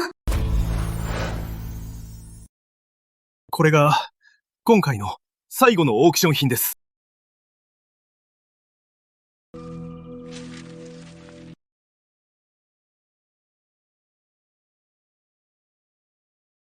思ったら、キラのあのダ絵、もう最低だったのに、これはまた誰だ？こんな品質の茶葉、持ってきたの？この茶葉、カビ生えたみたい。こんなものを持ってきて恥ずかしい。はじねは、2両白銀です。この茶葉は並ではない。この霜のような白い毛、100年の古茶の木でなければ生えてこない。2百両。高人ですよ。これはオークション。冗談ではない。叫んだら支払わなければならない。冗談ではない。私が言ったのは、200両黄金です。キラ、いい加減にしなさい。ここは伯爵家。君が暴れる場ではない。林様は何を言いたいのですか？カビが生えているかどうかはさておき、たとえ最高級の茶でも、せいぜい数十両です。誰が200両黄金をこんなダチャ場に使うの？それに、君は今、どんな身なのか。200両黄金など20両白銀でさえ出せないでしょ？もう口だけで。ダーハーさないで。我々を馬鹿にしてるの？その通り、頭堂様。このオークションは災害救済の事前です。でも桐原キラが打開でごちゃごちゃにし、ここで乱反して秩序を乱しています。私の意見では彼女を追い出していただき、この前事を汚さないで。誰が言ったの？これが立場だなんて。それとも、金の円盤だと？金の円盤？この茶葉は金よりはるかに価値がある。この茶葉は口中秘境の雪丁目。その1000年の滅びくは常に霧に包まれた。絶壁の上にのみ、今ではもう絶滅した。毎年虚空の3日前、積み手は藤のロープにつながれ、巨図にぶら下がり、竹のハサミで丁寧に新芽を摘む。この古くではわずか2両しか取れません。数百斤の様場からこの茶餅一つを作るのです。もしこれが茶を知る人の手に、必ず一元棚に飾られるでしょう。金銀で価値を測るなんて、まさに冒涜です。本当ですか？もちろん本当です。でもこの雲頂雪部、もう絶滅している。他の人は見たことない。どうしてこんなに詳しいの？でたらめを言っているのでは？桐原様の言葉は本当です。でもそれまで、この茶は上等の著茶だと思っていました。でも思わなかった。こんなにも貴重で希少なものだと。たとえこの茶餅が良いものだとしても、200両黄金を叫んだが、それだけの金を持っているの？この200両黄金、俺が。たった200両黄金。キラさんが出せないわけない。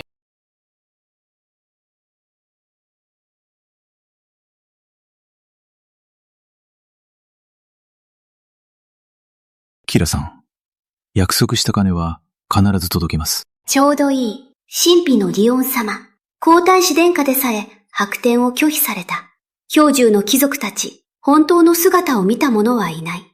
しかし今、車椅子に座って、キラに物を届けている。今日で名高い上演様が、足の不自由な人だったなんて。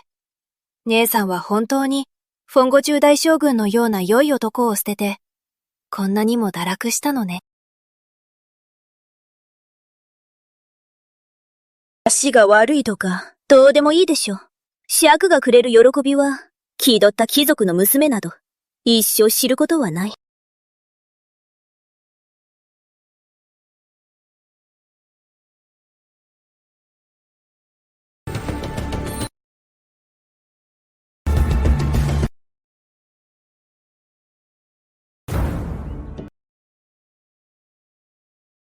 林業禁止は買えるでしょうか？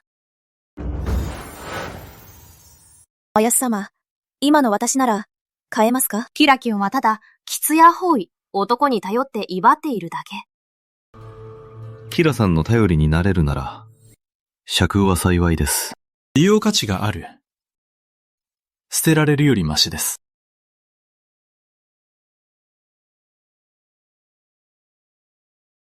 チャギの言う通り。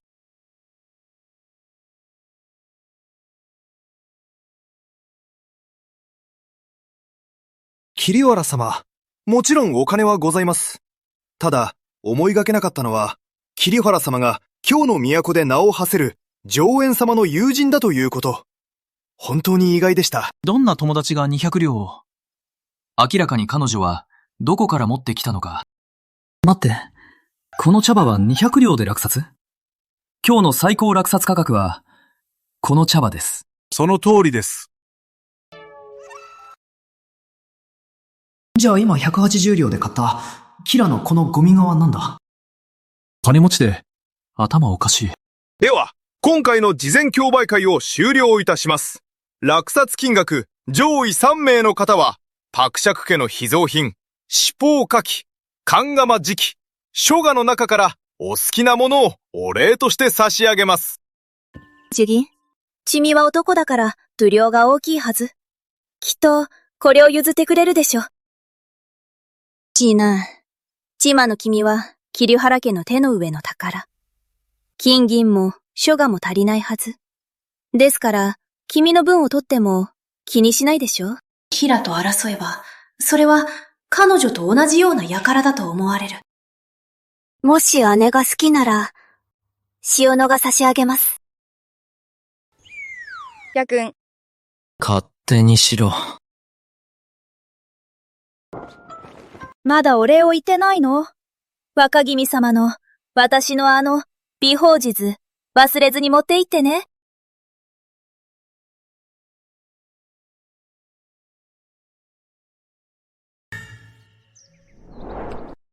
キラさん、今夜、足の治療をしていただけますか？なぜ、ジオン様。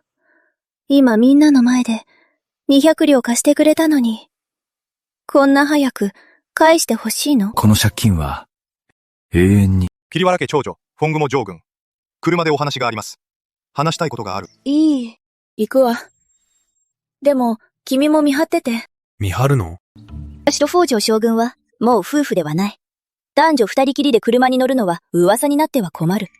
北条将軍に私の名声を汚させないで。ポンチョン・ジョン軍は元夫ですから、きっと彼は失礼なことはしないでしょう。そう。今夜待ってて。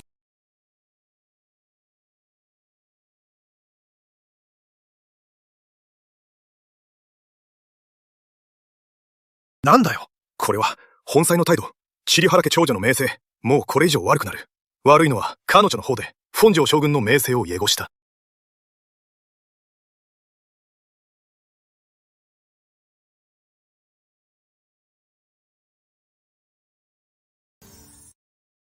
将軍何か用ですか？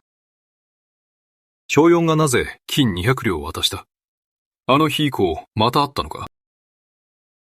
京音と会ったことがあるのですが、将軍はとても気になっているようですね。たとえ他年の親友でも、それほどの金を他人に手軽に渡す人はいるだろうか。もしかして、本当に関係が深いのだろうか。祇園様が剣を渡したのは、伯爵家に行く前に、三つ随郎に人を使わして手紙を渡したからです。剣100両を借りたのです。その金は私が返す。あの男は危険だ。離れていた方がいい。危険に巻き込まれる前に。なぜですか？彼に借りたのも、将軍に借りたのも金です。何が違うのですか？もちろん違う。ただ心配して言っただけだ。聞きたくないなら、それでもいい。それから雪村凛派も。評案から、それから雪村凛派まで、私を犯人のように好いているのですか？そんなことはない。犯人のように悔いていない。では、私を何だと思っているのですか？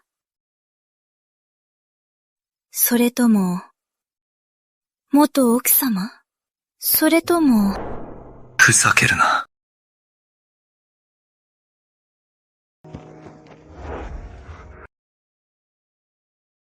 ログが車に乗るように言ったのです。結局、誰がふざけているのですか？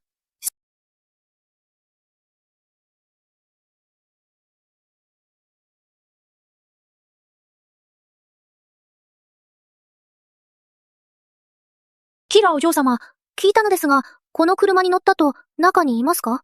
います。服を整えていますので、今は入らないでください。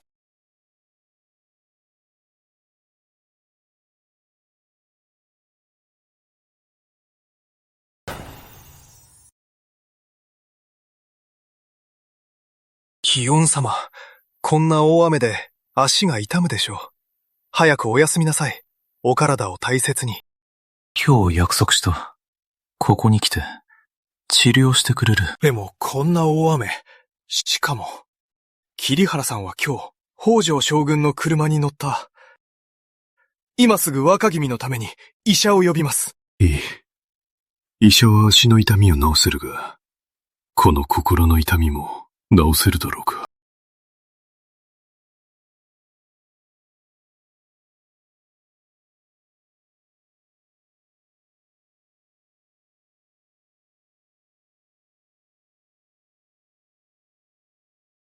そうね。こんな大雨で部屋に戻らず、ここで待ってたの？この腕、足が痛い。桐原さん、信っていただけますか？やっぱり借りたものは必ず返さなきゃ。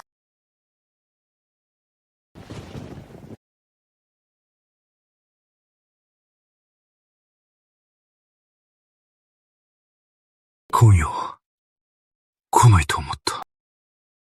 今夜来なかったら、常温様がこんなに私を思っているなんて。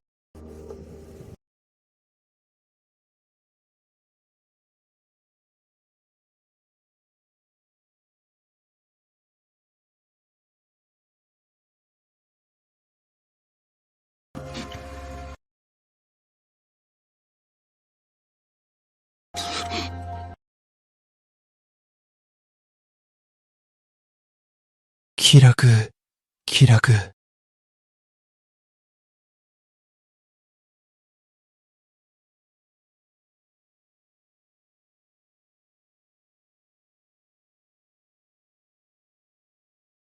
お母さん、シシュノって本当にダメなの？何をしても姉の相手になれない。今回いただいた玉女衣、それほどの宝物が姉の適当な絵にもかなわない。それに、今回私を出すために、高級な布地を買って服を作ってくれた。化粧師も呼んで、丁寧に化粧してくれた。でも、彼女が現れた瞬間、全員の視線が彼女に集まった。学用分はまだどれくらい？奥様、まだ一本残ってます。シーナ、シャーマをするものは、母がすべて取り除いてあげる。明日から、キラの食事を元に戻す。キラがお嬢様だった頃好きだったものを、そのまま出しなさい。はい。奥様。お嬢様、昨夜は大雨でしたが、どこへ行かれましたか？私も連れて行って。昨夜の光景、もし君が見たら大変だろう。お嬢様、ご飯をお持ちしました。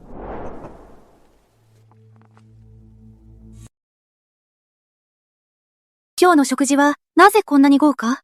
花女中の指示ですか？花女中ではなく、奥様のご指示です。今日からお嬢様の食事を元に戻す。だから、厨房も気を入れました。奥様のご指示ですか？喧嘩拒破。お嬢様、奥様が命令して食事を元に戻しました。もしかして、もう厳しくしないのですか？男子は知っている。私は血のつながりがない。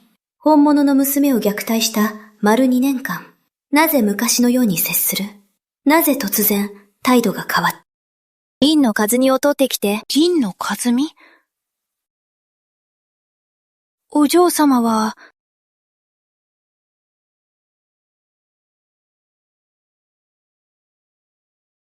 はい。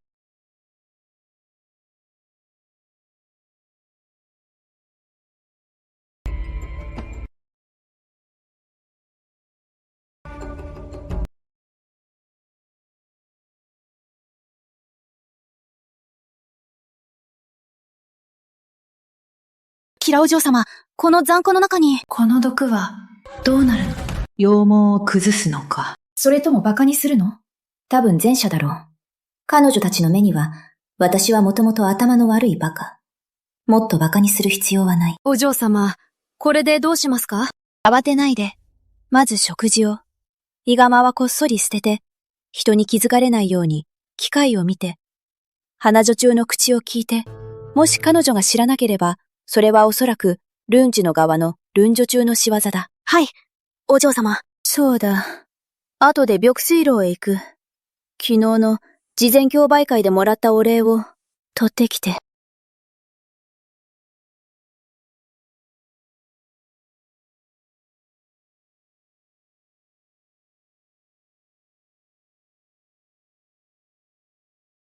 来たのね。昨日は急いでいたので、お世話になったのにお礼ができませんでした。今日はお礼を持って参りました。14様、どれがお好みですか？昨夜は足の手当てもして、こんなに遠慮する必要はないよ。これは伯爵家の記入の競売会のお礼だろう。私のせいでお金がないので、10円様にふさわしいものを買えませんでした。それで、これをお返しに、借り物で失礼します。もし僕が、これでは足りないと言ったら、これでは足りないよ。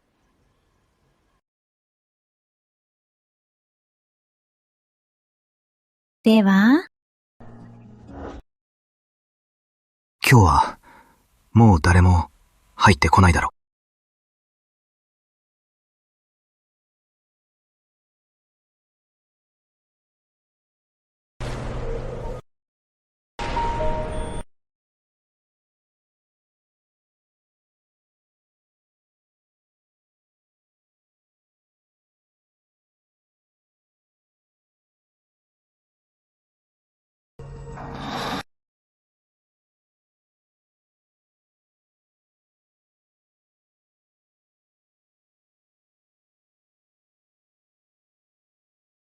気に入った。喉が渇いたので、お茶をいただきます。座って。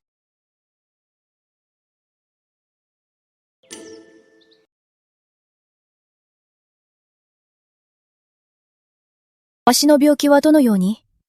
雨の日は痛みが辛いですね。もし昨夜私が来なかったら、中園様は、検報しなければなりませんでしたね。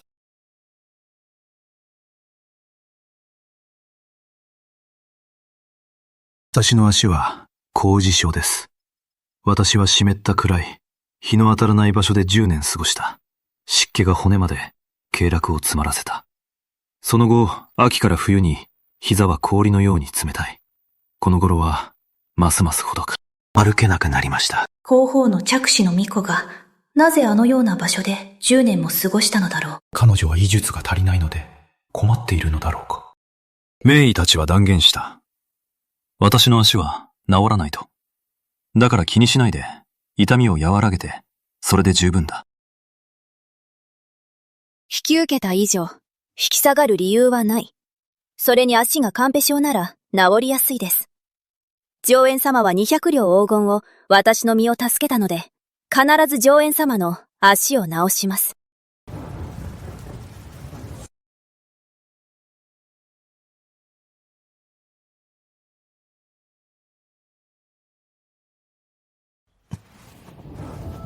ここが痛いですか？昨夜はもう、今日はもう、無理です。なぜ無理ですか？もし私が足の病気を治せると言ったら、ヒョヨン様は治せないと思っていますか？それまで祇園様に足の病気を治せると言ったのは、祇園様、慰めの言葉だと思ってください。彼女の目には、同情が、なかった。ご心配です。もちろんそうではないです。毎回、効果がとても良いと思います。今回もお手数をおかけします。この女は、決して従順ではない。彼女は炎のようで、近づけば火傷するのに、どうしても惹かれてしまう。キラさんは思いやりがありますね。でもこの姿では、おそらく、キラさんには合わないでしょう。会うかどうかは、上園様の判断ではなく、私の判断で。それに、シャクルの良さは、他人には理解されなくてもいい。その通りです。でもこのままだと、もし、私が君に溺れて、離れなくなったら。それこそ望んでいます。何しろ。気品のある犬を飼うのは、派手なやつより、ずっと簡単だから。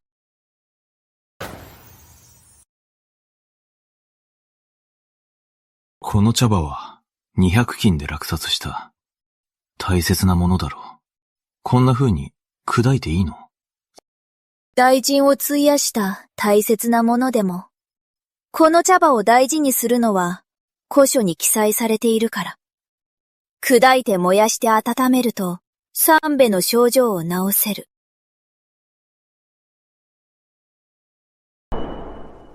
これは、私のためだ。家タギでは、人の非難を受け、屈辱を忍んだ。私が誰か知ってる？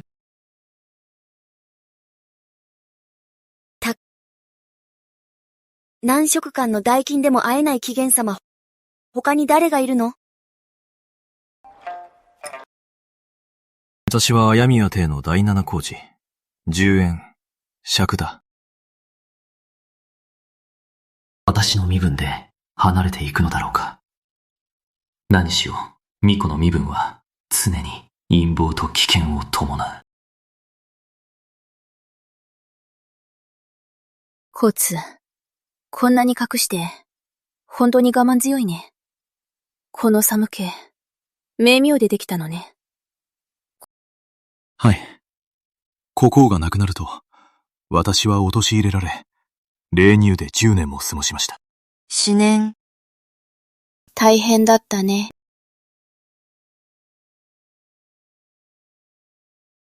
霊宮で10年過ごさなければ、多分、君にも会えなかっただろう。思いもよらなかった。あなたの口から、こんなことを聞けるなんて。本当だよ。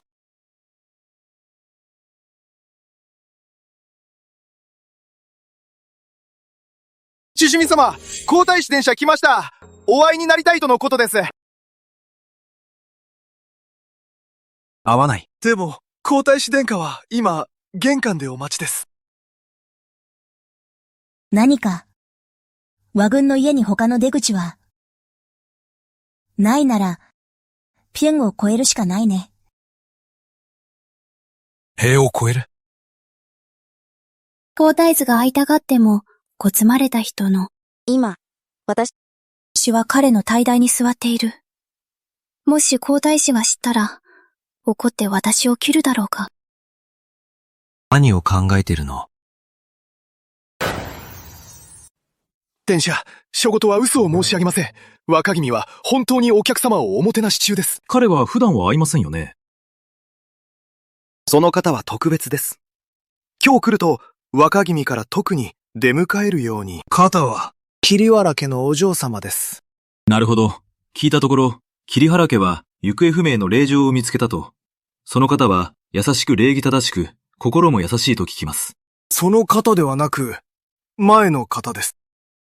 君の言うのは、北条将軍に離縁されたあの握手か。ここで第七盲地の足を治療しているのに、思いがけなく、育女と言われてしまいました。もし気に入らないなら、今日の都中にもう二度と言わせない。正母が離縁したのは、彼の目がないからだ。皇太子殿下が私を悪女、反婦だと言うなら、もし彼の最愛の弟に仕返ししないと、もったいないですよね。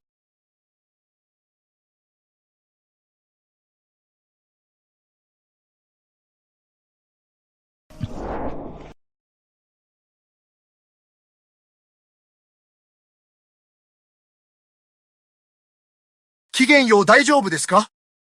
退け。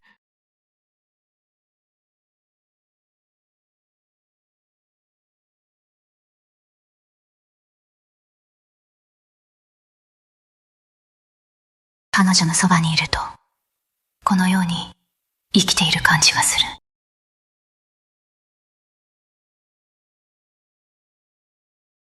白お嬢様、やっとお帰りです。お嬢様、これをご覧。午後に、本城将軍の衛兵が届けました。将軍からのものだそうです。将軍はまた、この300両の金は、返しても、自分で持っても、どちらでもいい。返す必要はない。これは恐れ入ります。では、この金を持っておきます。金塊は一つ持っておきなさい。平お嬢様。持ってと言ったから、持っておきなさい。若い娘なのに、いつも地味な服ばかり。街へ行って、いい生地の服を選んで、好きな宝石も選んでおきなさい。お嬢様。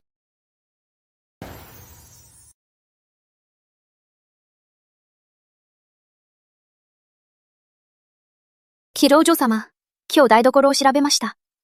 花女中は本当に毒のことは知らないようです。それから、台所の龍女長がわざわざ食事を調べてフォーコに持たせたそうです。この毒は、龍女長が自ら入れたのだろう。機械を見て龍女長の部屋へ、粉末状のものがないか探して、もしあれば持ってきて。それと、キラお嬢様、台所で聞いたのですが、三男様がこの2日病気のようです。今日台所から三男様に送った朝昼の食事、回収した時も一切触れていませんでした。朝浄土も食べていないのですね。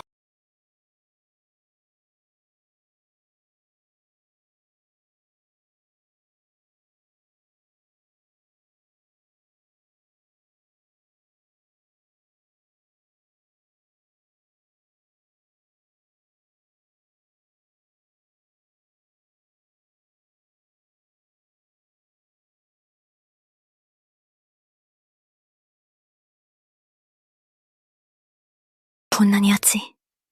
今夜来なかったら、明日この部屋は、間違いなく、アンチジョコになっていただろう。水。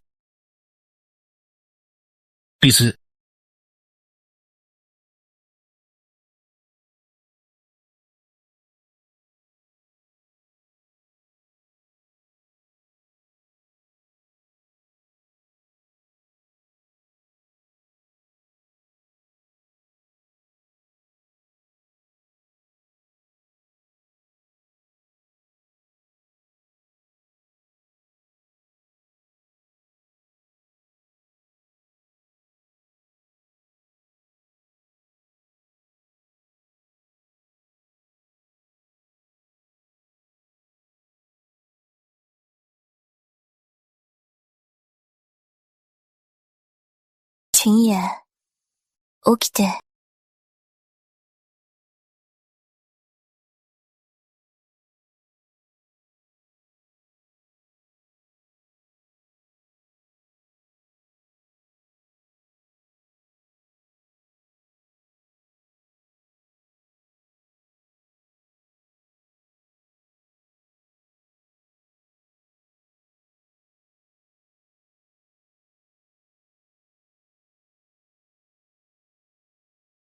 君だったのか。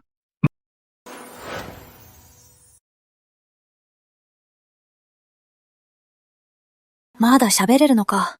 一時半刻では死ななさそうだ。どうしてわかる？こんなに病気なのに、なぜ医者を呼ばないの？ただの熱だから。死ぬ寸前でない限り、医者は来ないだろう。羽衣を脱げ、背を向けろ。傷を見せろ。いいよ。脱げ、背を向けろ。3度目の言い渡しはしないぞ。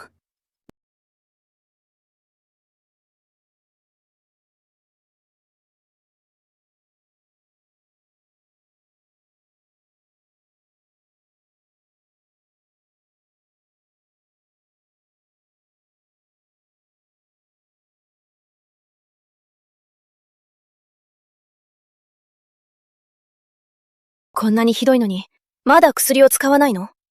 本当に死にたいの？この傷は私のせいだ。たとえ死にたくても、私とは関係ないでしろ。行かないで。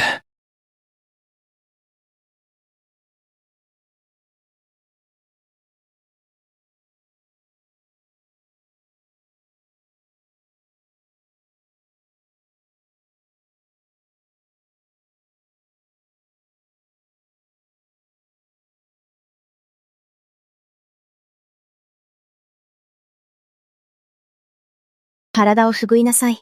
着替えなさい。汗だらけで気持ち悪い。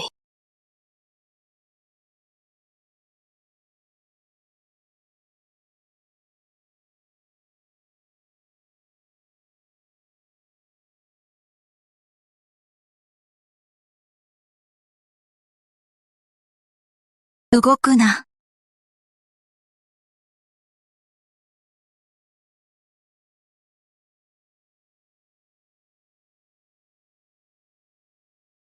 死も恐れないのに、痛みが怖いの？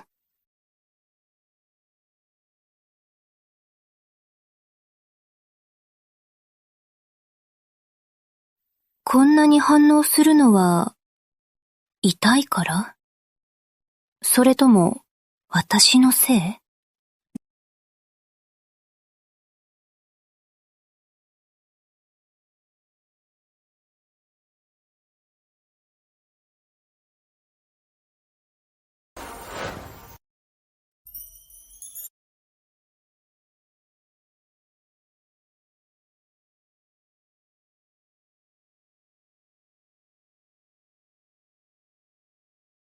一日中何も食べてないの？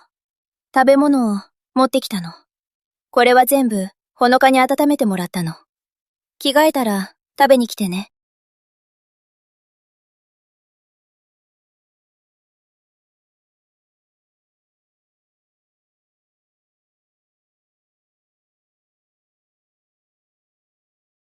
これは夕食です。夕食を食べてないのですか？お腹空いてない。しかもダイエット中だから。でもお腹が弱いのに、食べないと痛むでしょう。しかも、もうそんなに痩せてるのに。本当にうるさい。わかった。じゃあ一緒に食べよう。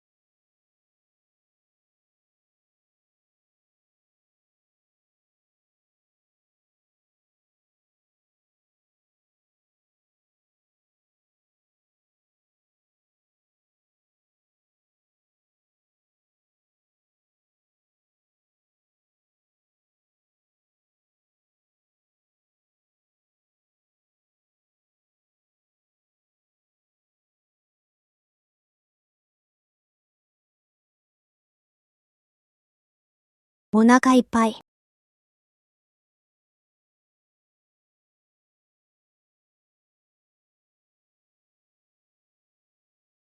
君、もう帰るの？どう？離れたくないの？いや。安心して帰らないよ。少なくとも寝るまでは帰らないよ。帰ったら死んでも誰も知らないから。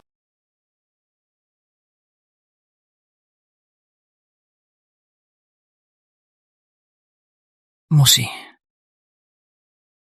眠れないって言ったら、ずっとここにいて、一緒にいてくれるのだろうか。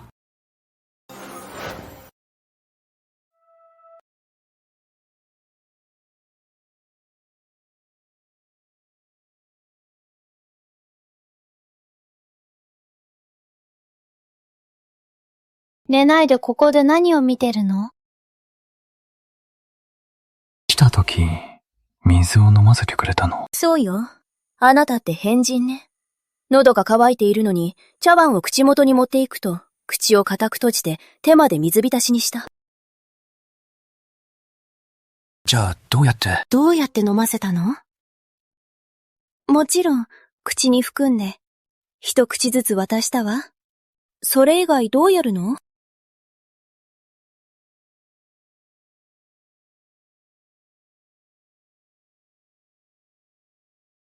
何をぐずぐずしてるの？寝ないの？寝ないなら帰るわ。寝る。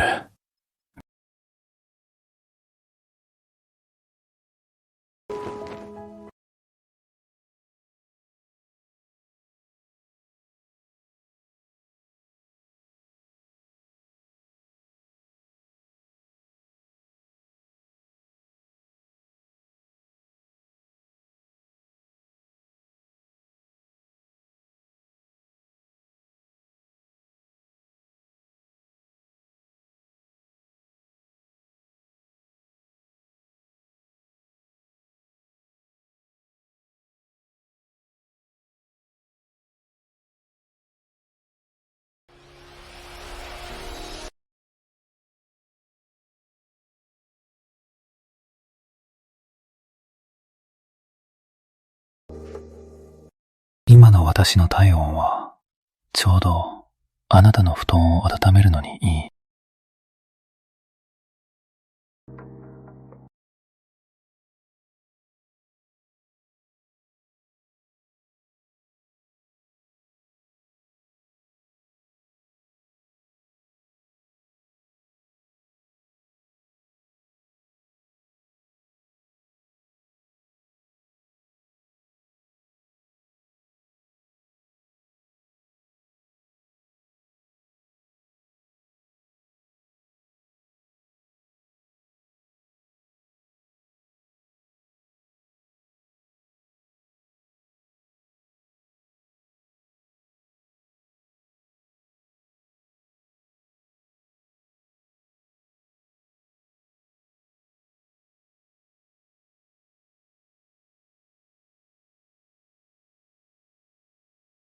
深夜。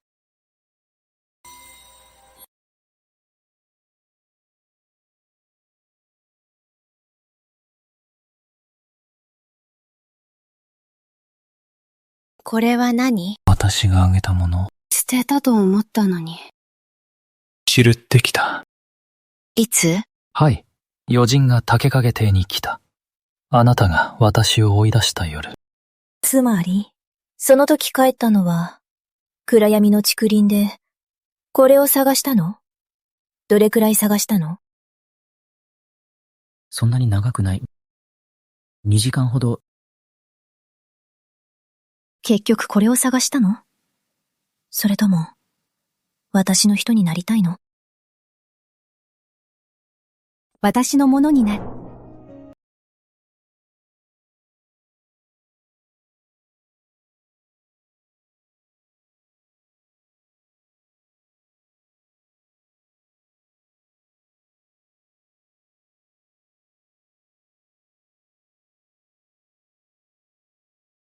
風も、あの夜のせい？それでもいいの？この首輪は、君が自らつけたのだ。もう離れないで。いい子だ。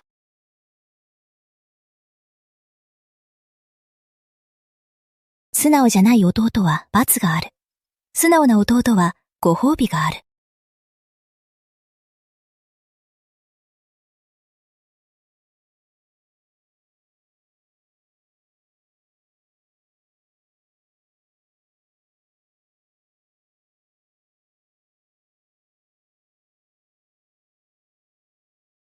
弟なら、弟の自覚を持て。姉の許可なしに、勝手にご褒美を求めるな。これも罰がある。はい。今夜は一緒に寝てもいい。竹寝亭まで抱いて、夜明け前にここに戻れ。人に見つからないように。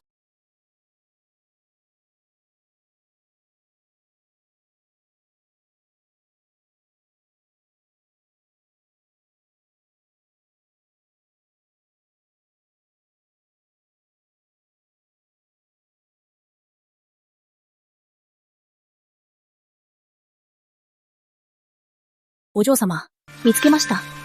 朝早く厨房は大忙し。下女、部屋は誰もいない。こっそり忍び込んで、リオン女中の部屋へ。彼女の布団の中から雑器の小瓶を見つけました。中は粉々でいっぱいです。こっそり少し持ってきました。やはり、私の顔を荒らそうとしたのだ。缶はどれくらいの大きさ？残りはどれくらい？これぐらいの高さです。中の粉は、およそ人差し指ぐらいの高さ使いました。人差し指分です。まだ2日しか経ってないのに、どうやら、彼女たちは本当に焦っているようだ。キラお嬢様。では、これからどうしますか？知らないふりをする。何もしなくていい。彼女たちに、私が毎日、このツバメの巣を、一滴残らず飲んでいるように思わせる。どうなっていますか？シーナ様。毎日送っているツバメの巣は、キラ様一滴残らず食べています。でも、この数日、部屋から出ず、窓もしっかり閉めています。食事を運ぶ次女に気をつけさせましたが、キラ様の姿は見ることもできず、顔色の変化など確認できません。時間を計算すると、雪遊夫の毒も発作が始まる頃だ。椎名様、これは奥様が明日の夜の慶中宴用にご用意しました。明日の宮中宴では、もう一度キラに風采を奪われるわけにはいかない。大変です、シーノ様。キラ様が何かの口違いで自分の庭で物を荒々しく叩いています。シオノ様、人を派遣して確認しますか？何？シーノ様、小園も詳しいことはわかりません。人から聞いたところでは、日庭で物を荒々しく叩いているとのことです。音が大きくて東庭まで聞こえたそうです。小物は急いでご報告いたしました。まさか。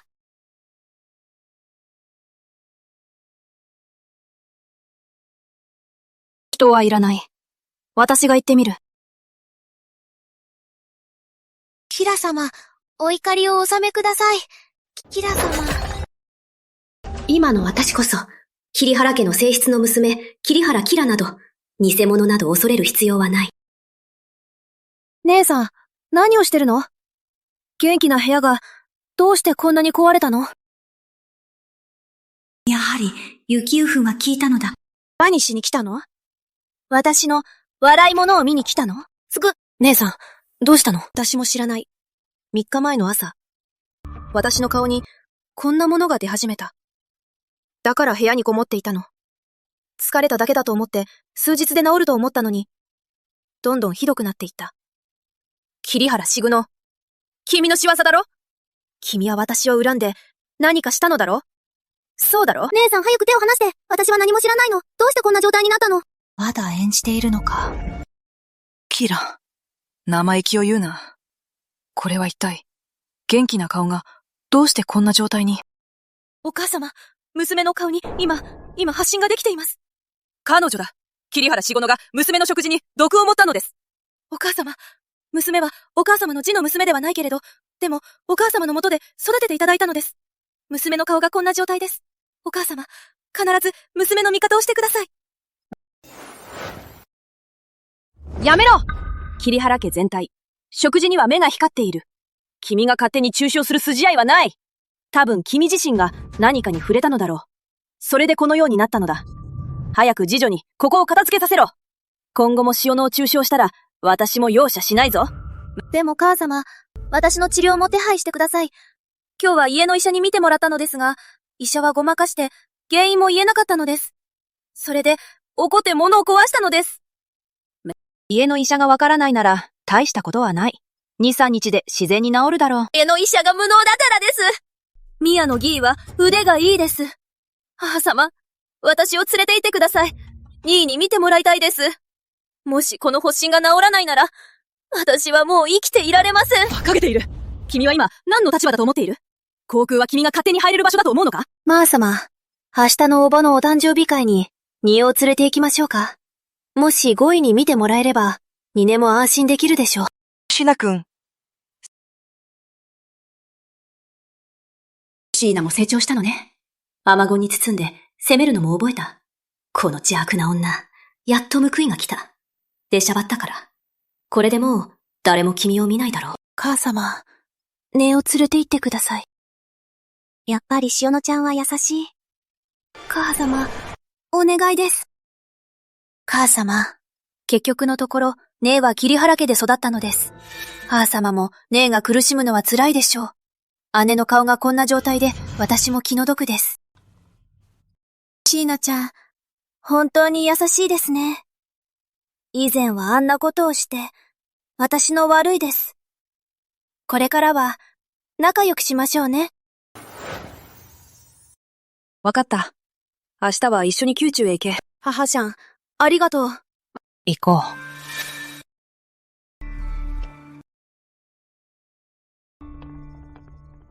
キラお嬢様の演技は素晴らしいです。もし事前にお嬢様の計画を知らなければ、私も騙されてしまいます。そう言わなければ、どうして連れて行ってもらえる？私は、人が自業自得するのが大好き。ヒオン様、少し召し上がってください。前回以来、キラさんは何日来てないですか？これ。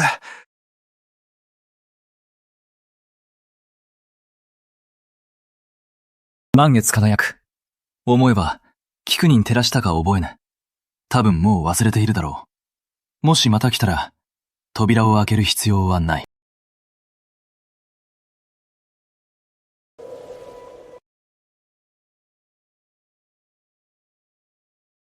知らなかった。シクラ、こんなにも私を思っているなんて。君は誰だ？常便器が悪化したの？何も見えないの？私だよ。桐原キラだよ。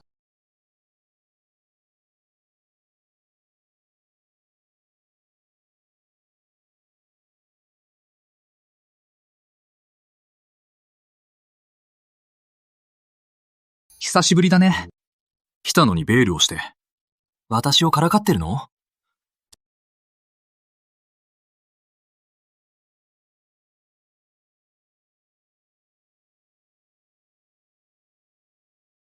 どうしたの？怖くないの？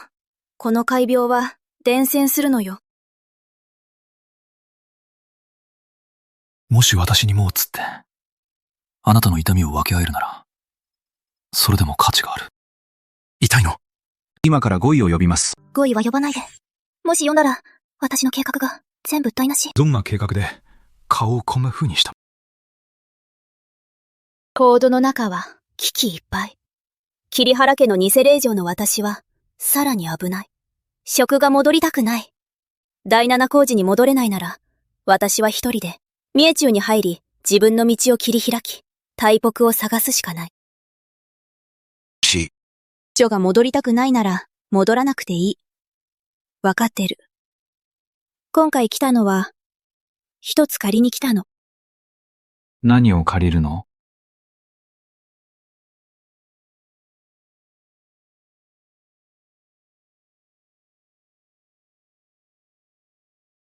幸運のキス。宮中に入るわ。今回は無事でありますように。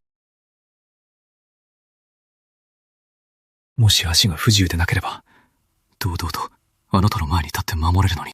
しかし今日以降、車椅子でも、キリのために道を切り開き、一生守っていく。お嬢様、この馬車は以前と全然違います。座れるか確認します。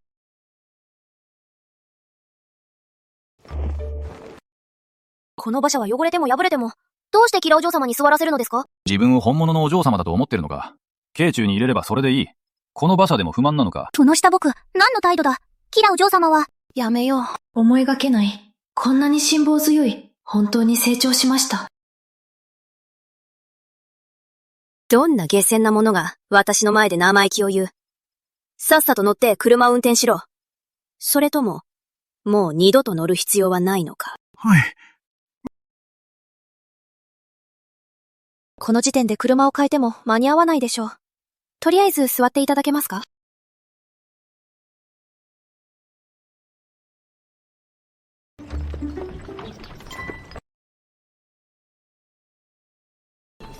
お嬢様、どうしましょう。もし宮中家に遅れたら。どれくらいかかる？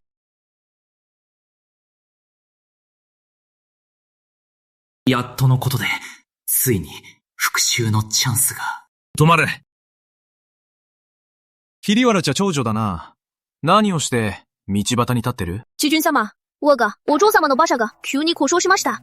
このままでは宮中への時間に間に合わない恐れがあります。脇君様、宮中家にお出でですよね。どうかご都合を、我がお嬢様をお連れください。そうか。それは、よかった。時間が心配なら歩いて行けばいい。計算してあげよう。この道を東へ行って、三つの町を越えれば宮部へ。それほど遠くない。脇君様、それはお言葉甘いです。車では一刻ですが、もし歩いたら少なくとも半日。お嬢様は弱い体で、このような疲れは越えられません。彼女は一番偉いだろう。たった半日の道、運動にもなるだろう。歩きたくないなら、私に頼るしかない。もし君が優しく頼んできたなら、乗せてもいいかもしれない。子供じみてる。子供じみてるって。道端で、清潔な石を取ってきなさい。座って少し休もう。遅れたら遅れたで、馬車が治ったら行きましょう。はい。この女はどうしてこんなに頑固なのだ？本当に乗せてもらわないの？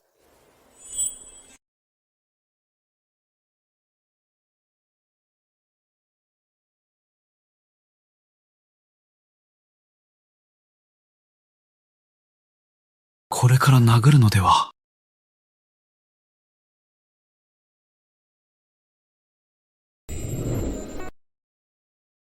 殴るつもりじゃないの？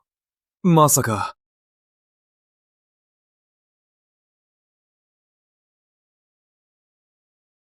お前、何するの？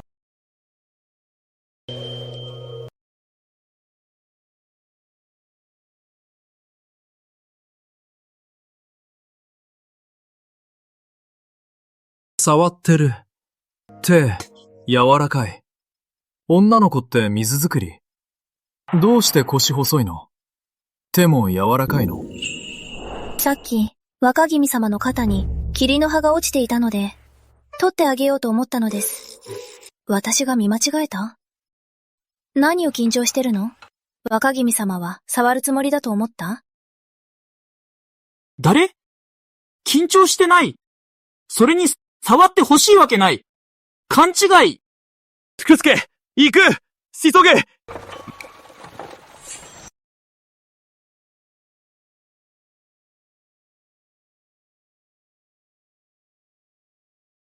キラお嬢様、本当に、ここで風の中待つのですか？焦らないで。私の言う通りにして。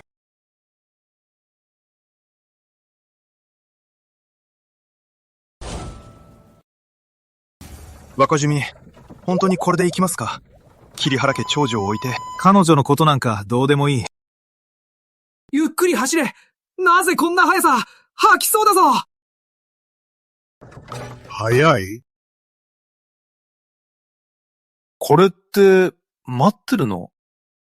秋住様、待ってください。若君よ！止まって。秋住様、待ってください。何が起こったのだ？主人様、我が、お嬢様は間違いを認めました。ご好意を断るべきではなかったと。お嬢様はまた、あの日の元庭で、それも彼女のせいです。彼女が謝るなんて珍しい。主君様、お嬢様は今、ハトロの林の向こうの茶屋で待っています。直接お詫びをさせていただきたいと。お前、本当にそう言ったのか？本当です。でもお嬢様は、信じないならそれでもいい。とにかく、これで最後のお詫びです。まあいい。それなら、彼女に、謝る機会を与えよう。福助、行こう。了解！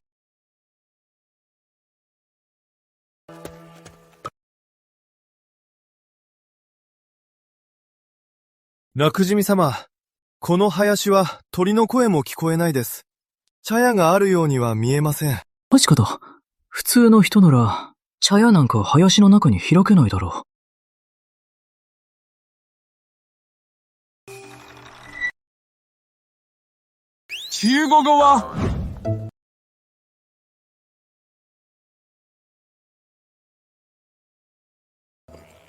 お嬢様、お乗りください。お嬢様、これは我が家枠軍の馬車です。赤人は他の馬車を取って、これで私を宮中へ送ると。信じないの？ではこのシュモデマは知っていますか？お嬢様、どうぞお乗りください。将軍様、もしここから出られないと、宮中園に間に合わないです。お嬢様、このまま行っていいのですか？若君様はまだ林の中ですよ。彼は言ったでしょ？山頂行けば宮部はもう近い。それに半日歩けば運動にもなるって。これは彼に運動の機会を。お嬢様は美しい。何も間違いないです。お嬢様は若君様に運動してほしいだけです。馬車にもついていけない。本当に上のものではない。姉の馬は年を取っているので少し遅れたのかもしれません。雪津村家の馬車だ。今日来たのは雪村家の若君だろ？しの、早速挨拶しなさい。バカ娘。雪村家は100年の名門。しかも雪村家老奥様は皇太后の次の叔母だ。雪村、林波は雪村家の正室の一人息子。幼い頃から老奥様の下で育ち、皇太后にも可愛がられている。この身分は宮中の普通の巫女よりもはるかに高い。将来は皇室に嫁ぐか、一流の貴族に嫁ぐか、本家奥様になるなら、宮中宴の時、これらの人の前で目立つこと。わかった？せなわかりました。それにしても、桐原キラのあのバカ。かつて、雪村若君は彼女を気に入っていた。彼女は心を込めて高嶺の花の平野壮を慕い、雪村若君を徹底的に怒らせた。平野壮は彼女を一度も見向きもしなかった。もし君が雪村若君の気に入れば、桐原家も雪村家との関係を取り戻せる。椎名、わかりました。でも、雪村若君は中に。先日、安南母宿茶の事前競売会で若君様にお会いしましたが、お話できませんでした。思いがけず、今日ここで若君様にお会いでき、本当に偶然です。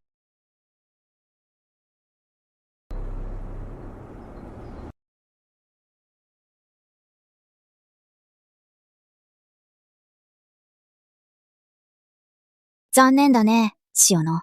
私だよ。チラ。君。どうして？なぜ、雪積んじゃ若君の車に？車は途中で、車軸が折れました。雪村家若君が通りかかり、彼の車をお貸しいただきました。なんて幸運なの。車が壊れた時に、雪村家若君に会えるなんて。しかも彼の車で来れるなんて。来たのだからなぜためらう？早くついてきなさい。しな。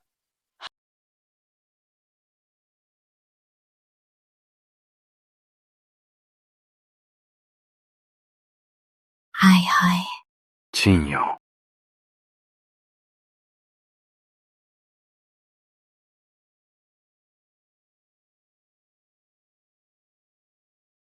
平野壮が参りました。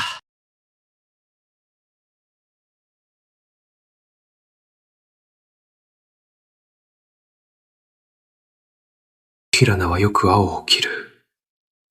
これは偶然。それとも今日、平野に合わせるように、わざと来たのか。気取りすぎだ、あの人。高みから引きずり下ろしたい。はいはい。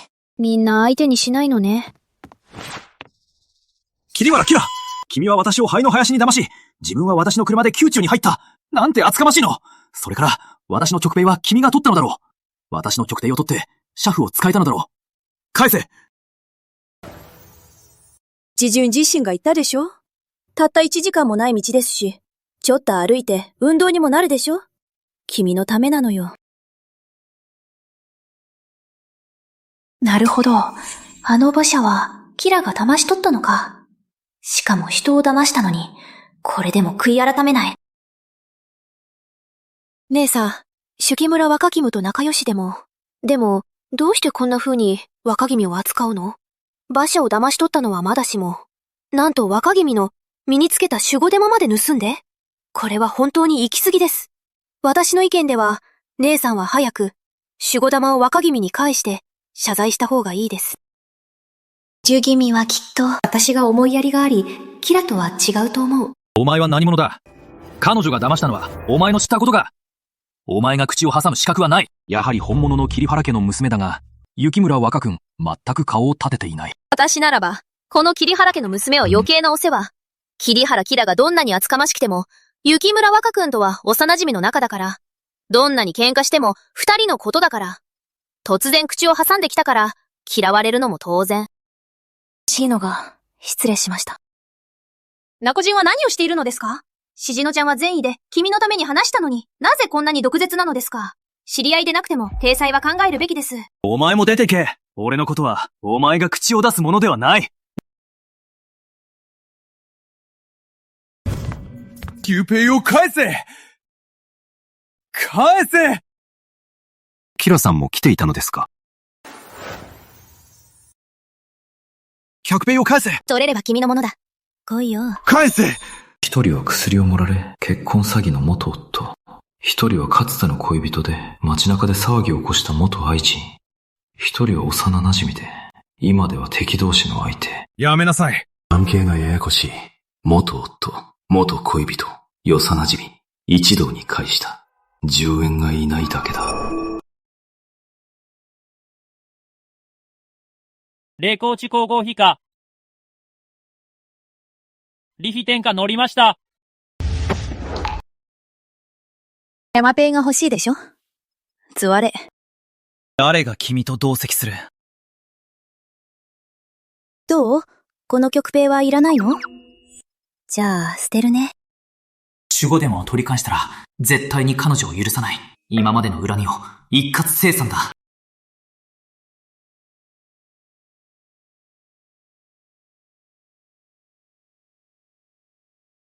あよみあて、参りみます。起きなさい。霊光地ありがとうございます。霊を止めて、着席しなさい。今日は、霊妃の誕生日。チェンが宴を催した。皆、気兼ねせず、思い切り飲もう。この喜びを分かち合おう。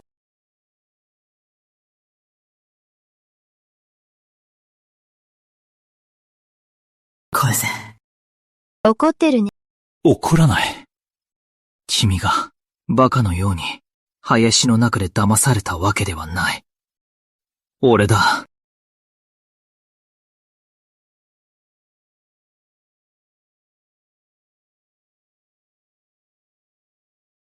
何するの？何してるの？さっきリンハンが来るのを緊張してたから。飲んであげる？とにかく子供の頃、ニーワがズボンを履かない姿も見たことある。何を照れるの？バカなこと言うな。バカなこと言ってないわ。ただ優しく揉んであげただけ。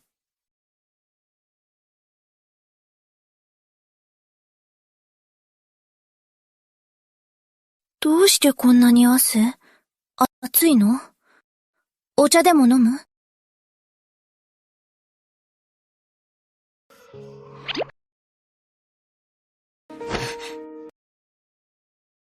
もういいよ。それ以上やめて。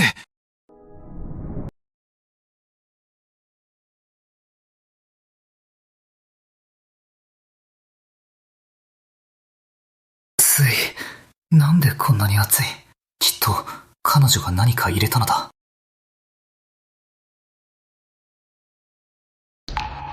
どうして手を引いたの？まだ怒ってるの？怒ることないだろう。君が偉い人だよ。向きを変えて。向きを変えて、何のため？カペイを返してって言ったでしょ？知ってる。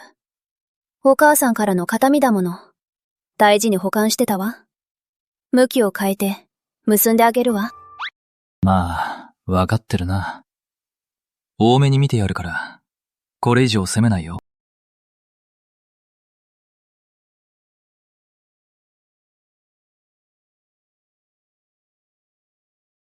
なぜこんなに香るの？腰も細く手も柔らかく香る。雪つんじゃの若君は、桐原家の偽令嬢と仲が悪くなったでしょ？今見ると、まだ仲良しのようだね。でも、たとえ若君が好きでも、雪村家は、おそらくこのような女性を受け入れないだろう。それは大間違いだわ。雪村家若軍の無敵の性格。彼が好きな人を誰も止められない。よし！祝儀を捧げよう！雪つんじゃ祝儀、本来仙道の山風、檀家のことぶふを南山に、福を永遠に、安縁釈釈家、祝儀、長寿符、一貫、檀家のことぶふを鶴のごとく、永遠に喜び満ち、桐原家、祝儀、チ州宝生一揆、檀家の福寿を祝い、栄誉永遠に。これらの祝儀は、来妃気に入ったか？B 社が死ね家の支援を催して、鈍中の宝は皆陛下の愛。死ね家、嬉しく存じます。ただ、死ね家はまだ一つのものに大変興味があります。陛下、引いていただけますか？リヒ言ってもいい。先日、新人は聞きました。アンダンファ食家の事前競売会で、姉の娘のキラが寄付した自ら描いた随宝地図を、本城将軍と雪村家若君が高値で争い、結局、雪村若くんが180両黄金で落札したとか。新目家はただ、その絵がどれほど素晴らしいのか気になります。今日キラも寿宴にいます。陛下、ご恩を賜りますよ。いっそ、この子にこの場でもう一枚描かせて新目家に差し上げて、寿宴の彩りにしていただければ、いかがでしょうか。もしキラが御前で恥をかけば、皇室の体面を傷つける。陛下が激怒すれば、何かの口実で取り押さえられる。ついに報いが来たのだ。どんなに悪くても、本当に恥をかかせて死なせるわけにはいかないだろう。このバカ。彼女は本当に今の状況が分かっているのか。彼女は少しも心配していないのか。桐原キラはどなただ？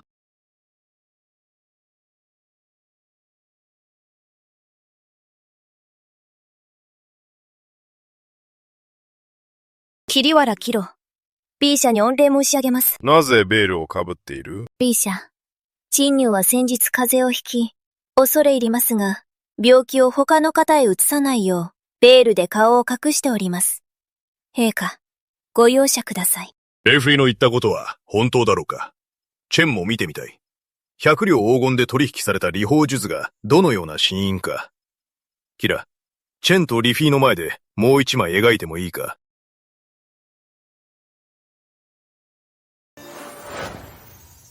道元キラシンとリヒの前でもう一度描いてみないか？それとも立ち上がって風邪をひいたとかで喉がほてって手が震えて筆も持てず描けないと言った方がいい。陛下。風星将軍何か用事？陛下。縫風書道は、陳が焼きました。なぜ彼が描いたっていうの？牧塾所で、キラが寄付した絵は、フォンジョー将軍の作品？そんなはずない。フォンジョー将軍は武家の出身で行動も堅実。どうして鳥の足跡のような地手節で荒っぽい絵なのに。まさか、フォンジョー将軍がキラをかばうために、あの絵を自分のものだと言ったのでは？あの絵は、クステとキラの新婚の夜、酒で戯れて描いたものです。伯爵家に寄付した時は、クステが落札することを知っていました。しかし、シンは思いませんでした。雪村家若君が、クステの傑作をご愛顧いただきました。これも催眠救済の良いことですので、クステはこだわりませんでした。若君に譲りました。フォンチョン少女、何を言っているの？俺がバカだと思っているのか？あんなゴミ絵を気に入る人がいるのか？ご愛顧？だからキラは自信満々で、あんなゴミ絵を伯爵家に寄付したのね。東郷総軍が落札することを知っていたのだ。では、雪村家若君はどんな役割を演じたのだろう。夫婦で心を通じ合っているのに、彼はそこで大騒ぎして恥ずかしくないのだろうか。待って。もしその絵が北条将馬のものなら、綾宮帝は北条将軍に引き前で描かせるはずがない。霊妃に献上するのだ。フォンチェン将軍の大作ですか。なるほど。あの時、どうして凛とした異様を感じ取れたのか。この絵に敬意を抱きました。凛とした色？あのぐにゃぐにゃの小鳥で？本当に、目をつぶって言ってる。ポンチェン・ジョン軍は桐原キラに薬を盛られ、彼女を大嫌いだったそう。なぜそんなことを？桐原キロ。フォンジョン・ジョン軍の言葉は本当ですか？レーフェイ電車。フォンジョン将軍の言葉は本当です。フォンジョン将軍の絵は下手で、その絵が割れるのを心配し、自分の作品だと嘘をつきました。思わず、レーフェイ殿下にご誤解を招いてしまいました。いや、それで済ませればいいのに、なぜまだフォンジョー総軍を踏みつけるの？フォンチョン将軍の予後の作品なら、この件はこれで済ませよ。ただ、最近、本当に絵を練習しています。もし、レイヒ殿下がお気に召されれば、この場で人で描きます。レイヒ殿下のお誕生日のお祝いに捧げます。彼女は気が狂ったの？やっと穴から引き上げたのに、今度は自ら火口に飛び込むの？キラ、やめなさい。これは御前です。冗談ではありません。以前から聞いていたが、この偽りの甥っ子は愚かだと。今日会ってみて、噂は本当だと知った。候補はどう思う？この子に挑戦させましょう。上手か下手は関係ありません。大切なのは、孝行の心です。結局は、思いが大切です。よし。画材を用意せよ。これ、彼女、本当にできるの？きっと恥をかくだろう。本当に私はあのような下手な絵しか描けないと思っているのだろうか。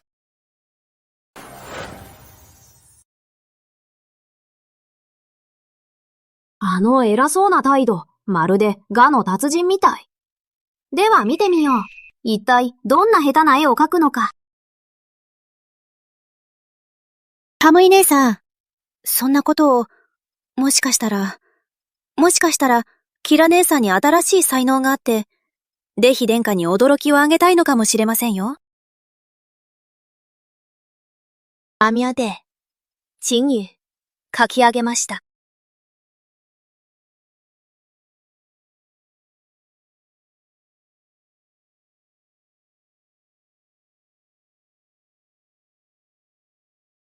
素晴らしい。君は最近始めたというが、もし謙虚でなければ、天才的だね。皇后に渡し、皆でご覧になれ。そんなはずない。これはどうして、この桐原、キラー、ただ下手な絵しか描けないはず。本当に絵が描けるなんて、しかもこれほど上手。しかもこの絵のクジャクと白髪。一体何の意味？この小娘に騙された。桐原キラ、何を描いたのだろう。なんと。間に慣れた霊光地とリヒまでこれほど驚いている。これはありえない。これはうますぎる。上手だ。素晴らしい。この絵は素晴らしい。これってありえない。これは素晴らしすぎる。素晴らしい。素晴らしい。これは圧巻だ。ありえない。彼女は本格的に絵を習ったことない。でも目の前のこの絵は明らかに一流画家の手による。神業だ。このクジャクと白髪は明らかに殿内の霊妃と皇后を指している。診療クジャク羽を広げ、霊妃の最近の六モムラを圧倒する威勢を表している。そして白髪は優しい気品で、皇后陛下のマジ天下を表している。だから霊妃はこの絵を見て急に顔色を変えた。皇后も深く考え込んでいた。本当に偶然なのか、それとも考えすぎなのか。他人がどう思うか、この絵は重要ではない。重要なのは大乗の三人の心の中。この絵を通じて皇后との距離を縮めた最高権力者である陛下と皇后に注目されればいい。リヒなどどうでもいい。陛下、神女はこの木縄三日を献上。イヒ殿下のご誕生日をお祝い申し上げます。クジャク海病は小生の鬼殺。イヒ殿下の美貌に相応。白河戦士馬は勝利の長。殿下の福寿後年を願う。木縄銀王、輝き合う。それは、金絵極表、福寿良善の意。神女のこの絵が、陛下、皇后、イヒ殿下のご機嫌を取れますように。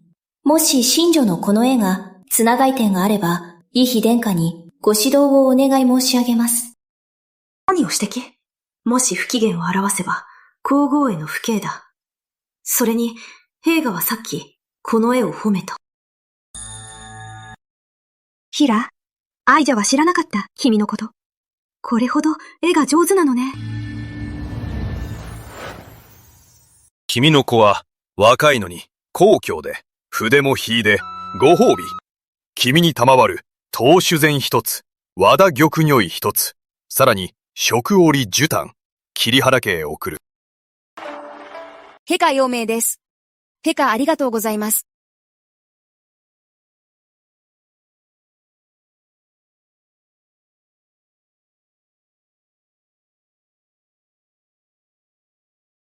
いつから絵を習ったの？前も知らなかったのに。どう？私に驚かされた？もっと好きになった？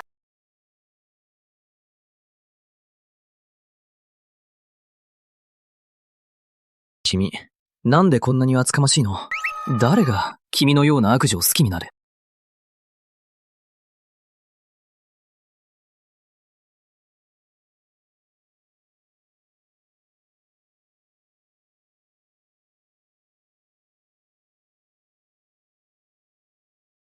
いつも勘違いね。男の人なのにこれで。本当に情けない。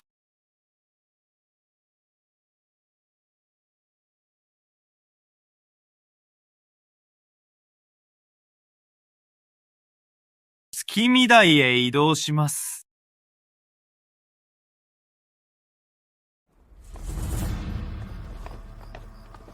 かつては思っていた。自分は桐原家正室の娘として、これからは全てを手に入れる。しかし、何も変わっていない。キラは偽物なのに、本来私のものである。視線と寵愛を奪った。このままじゃいけない。姉さん、私も一緒に行きましょう。一緒に？私たちの関係はいつからこんなに仲良し？私はずっと姉さんのことを心配していますよ。マフに頼んで大尉のゴイを呼んでもらいましょう。今夜は風が強いですね。姉さんのベール、しっかりしてくださいね。これ、なんでこんな顔なの？姉さん、ベールが風で飛ばされました。これ、風邪をひいただけで、他人に移すのを恐れて、ベールをしたと言っていたのでは？桐原ちゃんの偽令嬢、醜すぎるよね。そうだね。青はどうしたの？話し合うつもりないでしょ？手配して船に連れて行こう。それともビールを取ってきましょうか？いいです。どうせ、もうみんな見ています。隠しても意味がありません。君の勝手だ。ソンチョン上銀。私のせいです。先ほど、姉さんのベールを直していたとき、手が滑ってしまいました。私のせいです。本当に反省しているなら取り戻せ。本当に反省してるなら、取りに行く。長前、話があるの。では、前で待ってますね。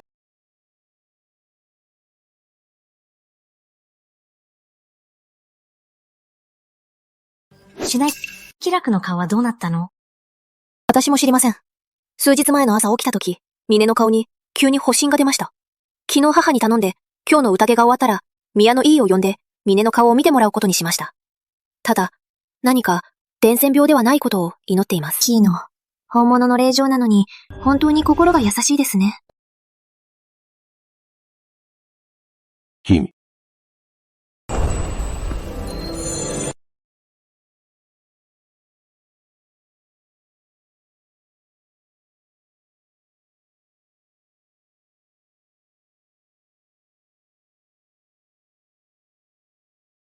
冷光地高校控えようか。上手だ。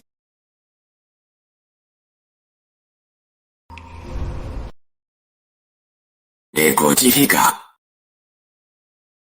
平身。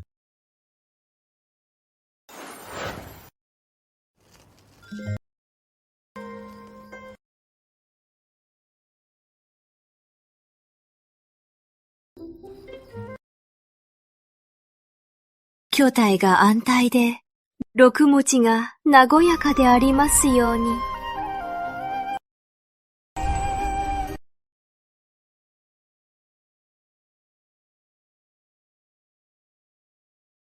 陛下が福祉を長く、それから新根家が常にごそばにいられますように。それから早く巫女を授かり、講師を続けたいです。レヒの思いは深い。チェンも当然返礼しなければならない。今日はレヒのお誕生日に特別なサプライズを用意した。陛下は陳節のためにどんなサプライズを？礼儀場を見なさい。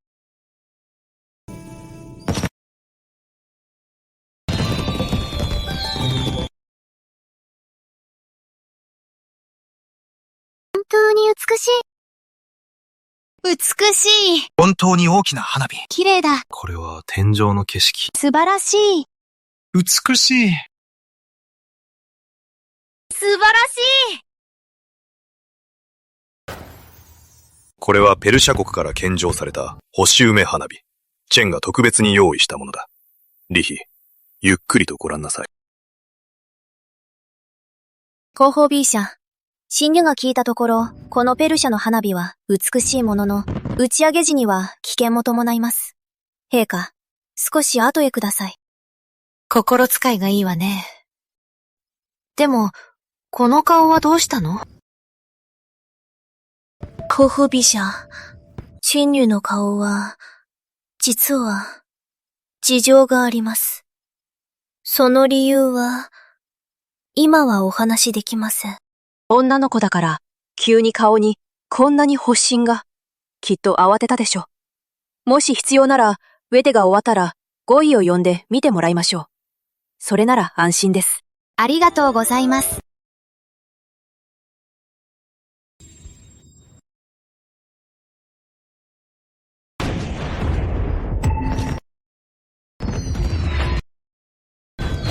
B 社を守れ！皇后陛下，危难！危ない！ B 社を守れ！陛下！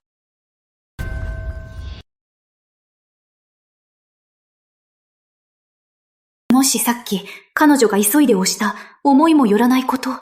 気楽！陛下！気楽！大丈夫か？どこが怪我した？リヒ。どうだい？陛下！リヒ！お腹が痛いです。いいよ、急げ。鎮静。私の子は。落ち着いて。ミーが来ます。ことは起こった。もう取り返しがつかない。もし本当に子がなければ、それでも価値があるように。皇后陛下、さっき、陛下が私を押したのでは？リヒ。B 社ご明察。皇后 B 社が私を押しました。それで、私はそのまま落ちました。陛下、お察しください。レフェイ、チェンははっきり見ていた。事故が起こった時、皇后は身近な人に押された。彼女はあなたから数歩離れていた。押すはずがない。おそらく慌てすぎて、カーカクを起こしたのだろう。それとも、さっき皇后を押したのは、この桐原キラ。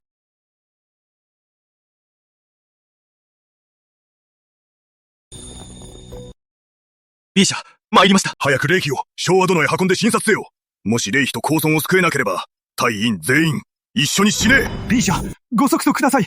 戦闘、全力を尽くします。私の子供を救って。レキ。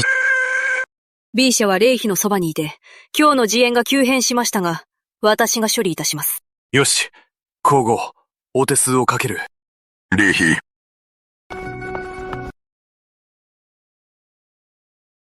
キラ、話して、どこが怪我したの？良い子だ。皇后に教えて。どこを怪我したの？皇后陛下。はい。昔です。先ほど花区の破片が陛下に落ちてきたとき、早く皇后陛下を押し開きたかったのです。ですが、思わず段差にぶつかってしまいました。大丈夫です。小さな怪我です。せいぜい数日の打撲です。家に帰って打撲薬を塗ればよいです。顔が汚れているわね。身を挺して皇后を救ってくれた。皇后は君に礼を言わなければならない。後で、皇后は内務省に隊員へ、最高の総称薬と打撲膏を取りに行かせるわ。皇后陛下、ありがとうございます。この野郎。なぜこんなにも偶然で皇后に恩を売ったのだ。この恩を皇后が桐原家に記してもらうべきだ。行こう。皇后陛下、ご心配をいただきありがとうございます。この子は普段甘えん坊で、少しぶつかっただけで泣き止まないのに、今日はこんな勇気があるなんて、きっと父の教えを聞いて、鈍化を敬っているのでしょう。帰宅後は、桐原家の最高の医師に診察させます。鈍化、ご心配なく。姉さん、無事でよかったです。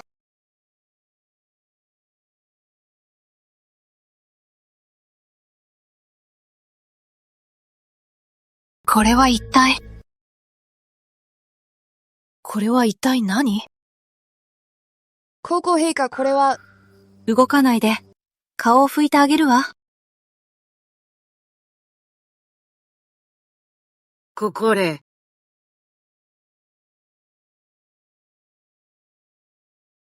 キラは雪ウフの毒にチュって、それで顔に発疹が出たはず。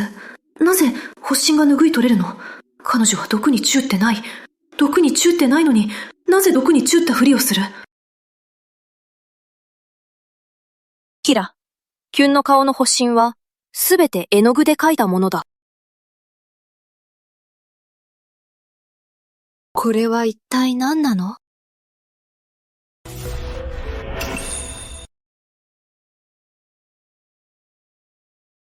皇后陛下、私は、怖がる必要はない。本当のことを話しなさい。今日は私がいるから、必ず君のために正義を行う。殿下、キラは、アンズ夫人。寿司はキラに聞いているの。君には聞いていない。はい。殿下、サシの顔の発疹は、マハが描かせたものです。マハは言いました。シノが、桐原家に帰って初めての宮中。私が彼女の風采を奪うのを嫌がったのです。それで、母は私の顔を、このように描かせました。私は本当に、この姿で人目にさらしたくなかったのです。だから、ベールをかぶっていました。しかし、月見台に来る前に、ベールが風で吹き飛ばされました。思いがけない、一向に淑徳で知られる桐原家奥様が、こんなことをするとは。桐原シノが本当の血筋だとしても、桐原キラを養女にした以上、同じように扱うべきだ。そうだ。ここまで偏るとは。養女を醜くして、実の娘を引き立てるなんて。キラのベールも、白野のせいで飛んでしまったのよ。キラの醜い姿をさらけ出したいのよ。下心が深くて邪悪。今日の都では皆、キラは邪悪で傲慢だという。でも邪悪で傲慢な人なら、こんなことを我慢できないでしょう。人さえでもこれだから。桐原家では、キラはどれだけ冷たい目に遭っているのだろう。お前たち母娘、嬉しいな。ちぐみ様、そんな風に、マハと妹を言ってはいけません。このことは、マハと妹のせいではありません。ただ母は、シエノが可愛くないのを心配して、私が醜くしないと。今日、全員の視線が私の身に集まるでしょう。それでは、シオノはどうしたらいいでしょう。広報 B 社、ご明察ください。以前の私がキラを溺愛したことは、今日の都中がご存知です。私は彼女を宝物のように大切にしていました。こんなことをするはずがありません。この中には何かの誤解があるはずです。以前キロは桐原家の嫡女で、蘭子夫人の一人娘でした。フォト人が可愛がるのも当然です。しかし今、蘭子夫人の本当の愛娘は、もう一人の娘です。キラは桐原家の血のつながりのない養女です。本後は夫人に言いたい。娘が増えたのは幸せ。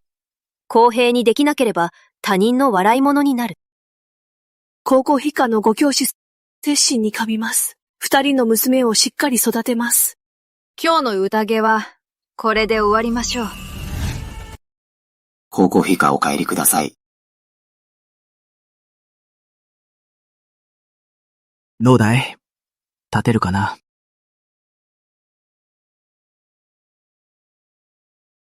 痛い。お嬢様、抱き上げてあげるから。俺がやる。私が。君が？俺が抱いていく。桐原家まで送る。なぜ？俺たちは幼馴染だ。フォシゴ総軍は、俺よりも仲がいいのか？彼女は、俺の妻だった。それで何？一日の夫婦だっただけ。結婚した翌日に離縁したのだろ？今更心配しているふりをするのか？ユキツンリャコ人もあちこちで言っていただろ？彼女のことを大嫌いだと。今更俺は、君が心配しているのか、それとも傷つけようとしているのか。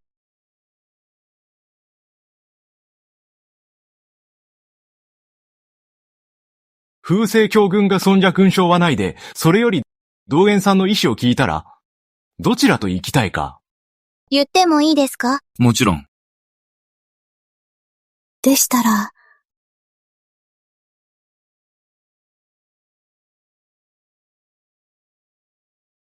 ヒーラな上昇に抱いてほしいです。お前、なんでこんなことするの？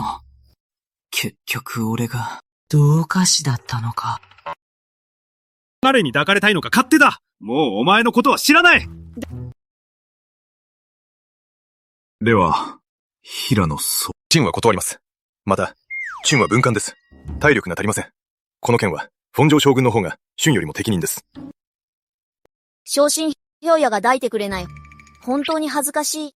恥ずかしいのも知ってるの？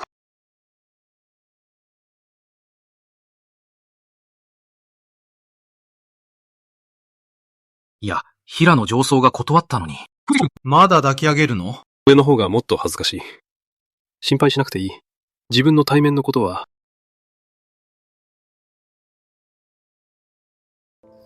本庄ジョン軍は、桐原キラに何をされたの？何か弱点を握られているのか？もう遅いです。ではでは、皆さん、お帰りください。皇太子殿下、失礼いたします。名城。行きましょう。桐原さん！桐原さん！風星長軍。桐原さん。皇后陛下から総役と大夫役を持って残りました。皇后陛下にお礼を言ってください。今のところ、昭和殿の方はどうですか？お嬢様、ミーたちは全力で治療中です。ただ、レイ妃殿下の身腹の模存は、おそらく。皇后陛下が巻き込まれていなければ。行こう。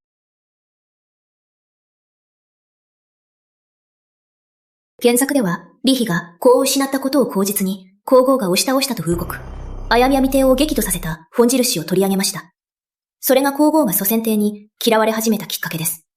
しかし、私が来た以上、天の道に逆らうつもりだ。もし天が皇后と大使を塵に踏みつけようとしても、私は必ず支える。おしゃ、手伝って。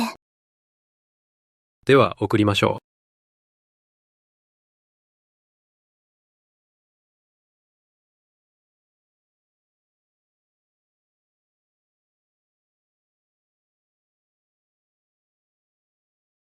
さっき平野に抱かせたの。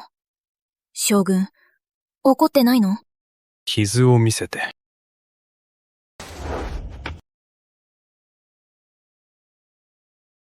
風星教訓、ここまででもうお手数をかけません。何しろ、あなたは旋風ですから。機嫌？他の人ですか？皇宮に来たのに、なぜ帝や皇后に会わず、馬車の中で待ってたの？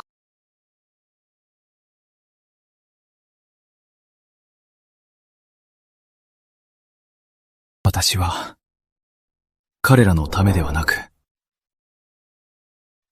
君のために来た。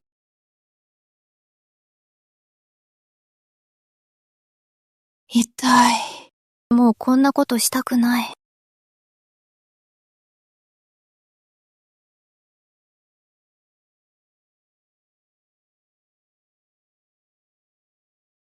薬を塗れば痛みはなくなる。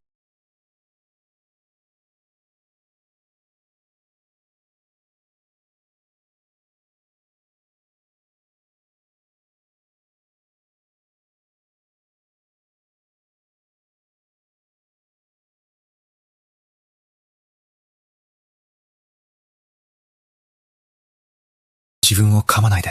痛いなら私を噛んで。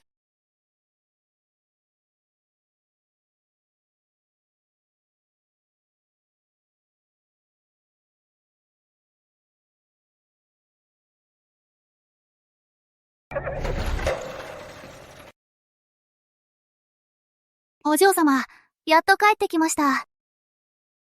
君の専属次女が来た。言って。違う。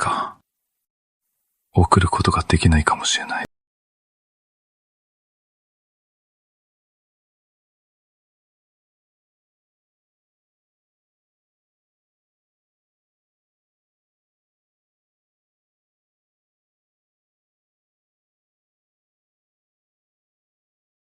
ご褒美よ。かすりを塗ってくれてありがとう。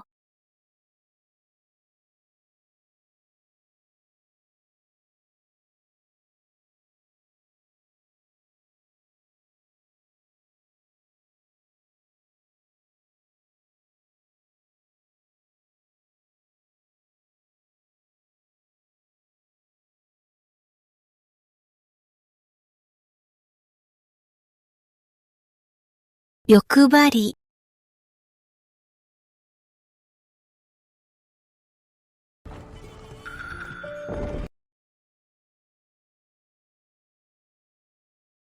お嬢様、桐原様と北条将軍、ずっと待っています。お嬢様、早く降りてください。来ました。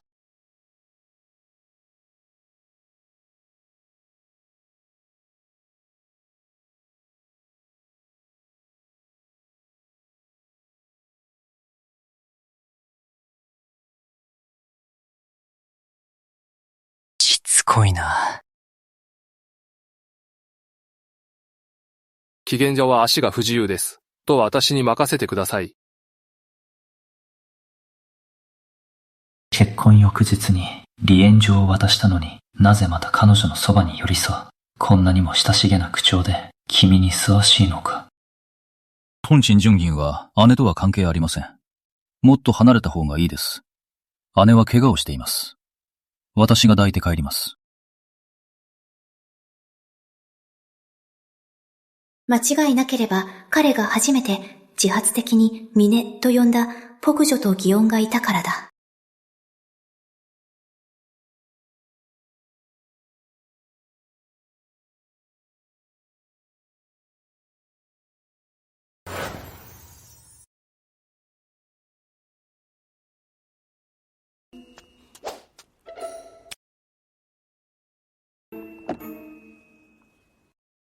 もう遅いです。早くお帰りになって休んでください。きっとお世話してもらいますから。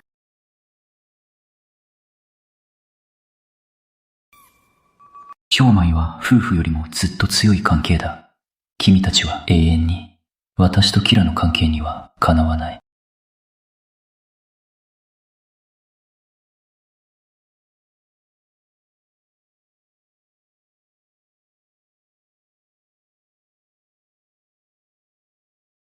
行く。下ろして。今日は花火の粉で全身汚れてしまいました。お風呂に入ります。カムーアに戻ってください。わかった。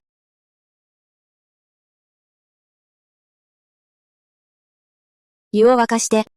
はい。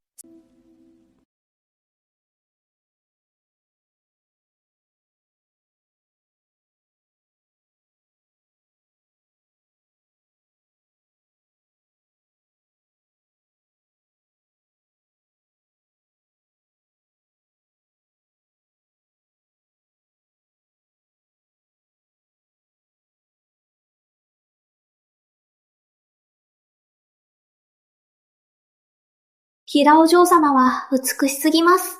女性でも心を奪われてしまいます。お嬢様、髪の毛をもう少し拭いましょうか。いいです。自然乾燥でいいです。先に下がって。はい。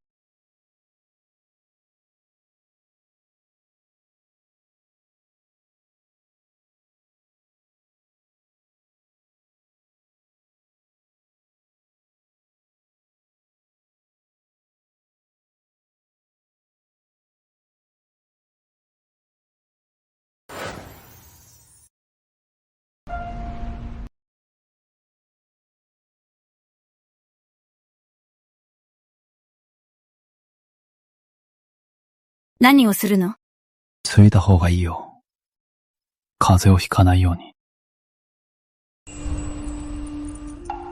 こんなに長い間、髪を拭いてもらうため？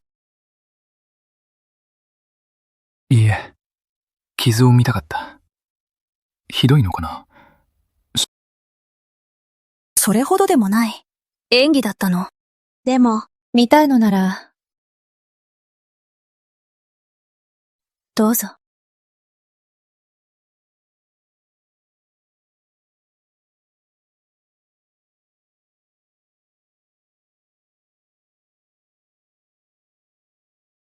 誰がこんな傷を負わせた。くそ誰。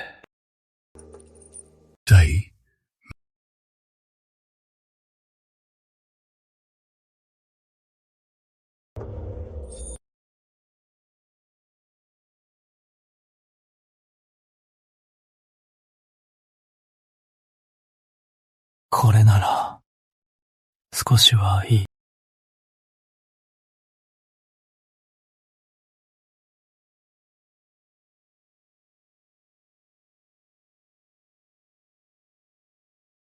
産んでしまいたい。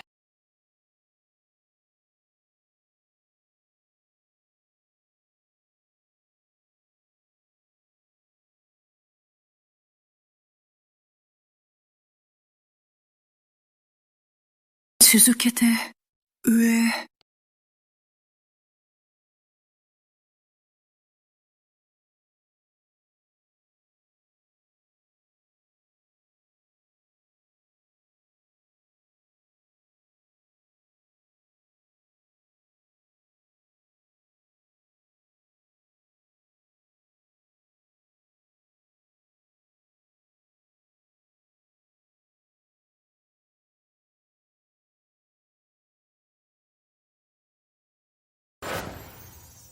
お母様、これはキラの仕業です。本当に思いませんでした。こんなにも深い心を持っているなんて。お母様を巻き込んでしまいました。話せ。一体何が起こったの？奥様、獅子野様、老臣は本当に知りませんでした。あの日の話を聞いた後、老臣は留女中に任せました。奥様、最初の日から老臣はご命令通り薬風を細かく混ぜて、キラ様の前科に。その後、塩野様の命令で薬量を増やしました。老臣は一刻も躊躇せず、毎日竹陰邸へ前科を届けました。キラ様は全部食べていました。もし何か異常があるとすれば、多分。早く話せ。多分、なんだ？ある朝、台所の仕事を済ませ、部屋に戻ると、枕が人に触れた跡がありました。でも、老臣は雪ウフの薬理ザボを確認しました。中の薬粉は減っていないようでした。気にしませんでした。自分の気のせいだと思いました。愚か者！わかっていながら報告しない！頭は飾りなのか？お母様、体を壊さないで。これはすべて、キラの策略です。ルンジョ中のせいではありません。もういい！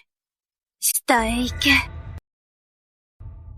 今のところ、キラは、アヤミやピタドの目にも留まり、皇后の気にもひった以前のことは、今はどうしても手を出せない。いつからこんなにも深い心を持っていたのだろう。お母様。ではどうしたらいいですか？シーナ、心配しないで。お母様が何とかする。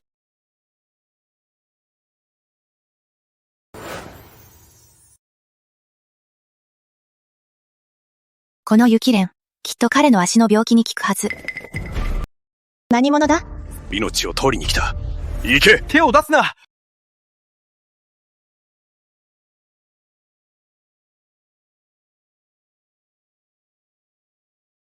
大丈夫。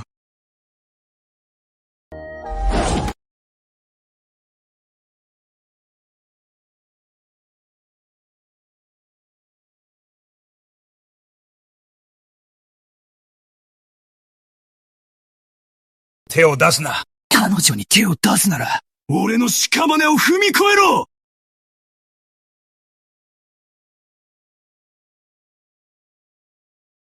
連れて行く。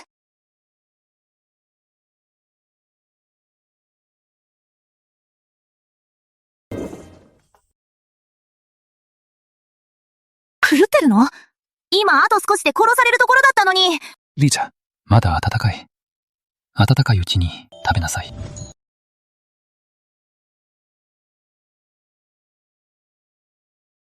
怖くないの？怖い。でも君を傷つけさせない。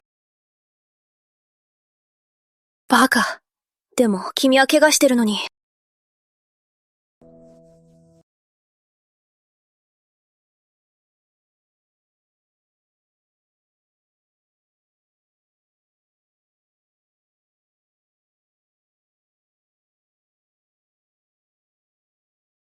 俺は大丈夫。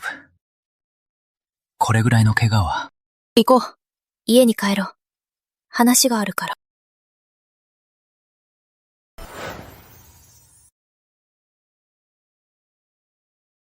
お母さんは普通の次女ではない。神崎地方の大富豪、神崎家の令嬢だった。人さらいにさらわれた後、桐原家に売られた。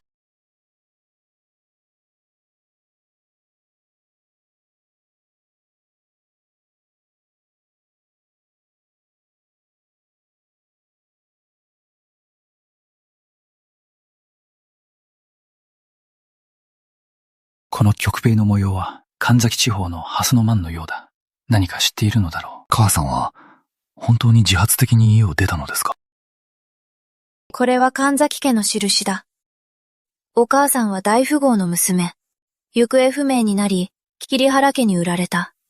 それで桐原家主が彼女を上司の目丈に差し出そうとした。それで夜逃げしたのだ。桃源家中に復讐など考えるな。君の命は、その恨みよりも、はるかに価値が。もしお母さんを探したいなら、手伝ってあげる。どうしてこんなことまで知っているのですか？私を信じてもらえますか？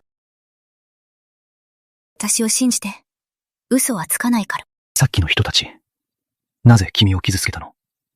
彼らは誰だ？さっきの奴ら、なぜ君を傷つけた？奴らは誰だ？皇宮から帰ってきてから、ランク夫婦娘は私を眼中の差し物にした。でも、私を取り除こうと思ったら、彼女たちが、その器用さがあるかどうかだ。では君はどうする？どうするかって？もちろん、もっと傷を重ねる。彼女たちは私を死なせたいでしょ？なら私は、半死半生の状態を装い、ベッドで養生する。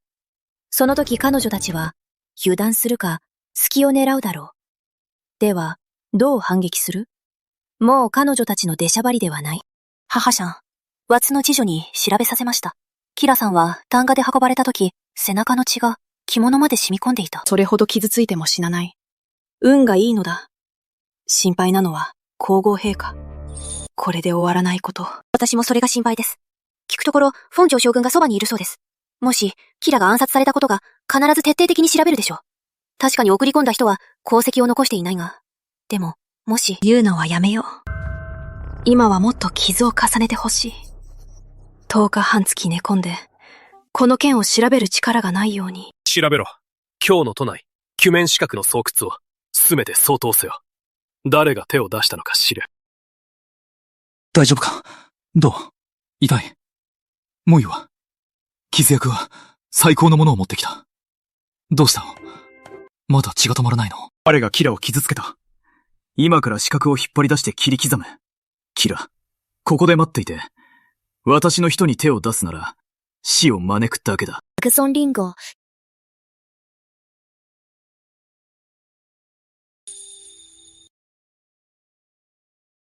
血を補う紅素貝を作ったよ。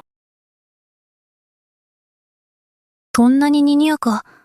なぜ私のお祝いの宴？話をしないで。ゆっくり休んで。この薬は止血が早い。医者に他の薬に混ぜさせた効果が倍増する。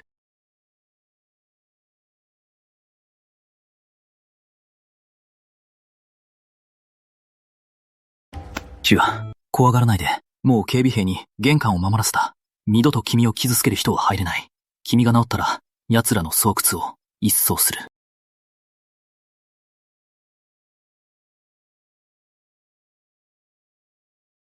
いいよ。京の都の犬のしつけ劇。これから始まるばかりだ。記得点赞关注哦。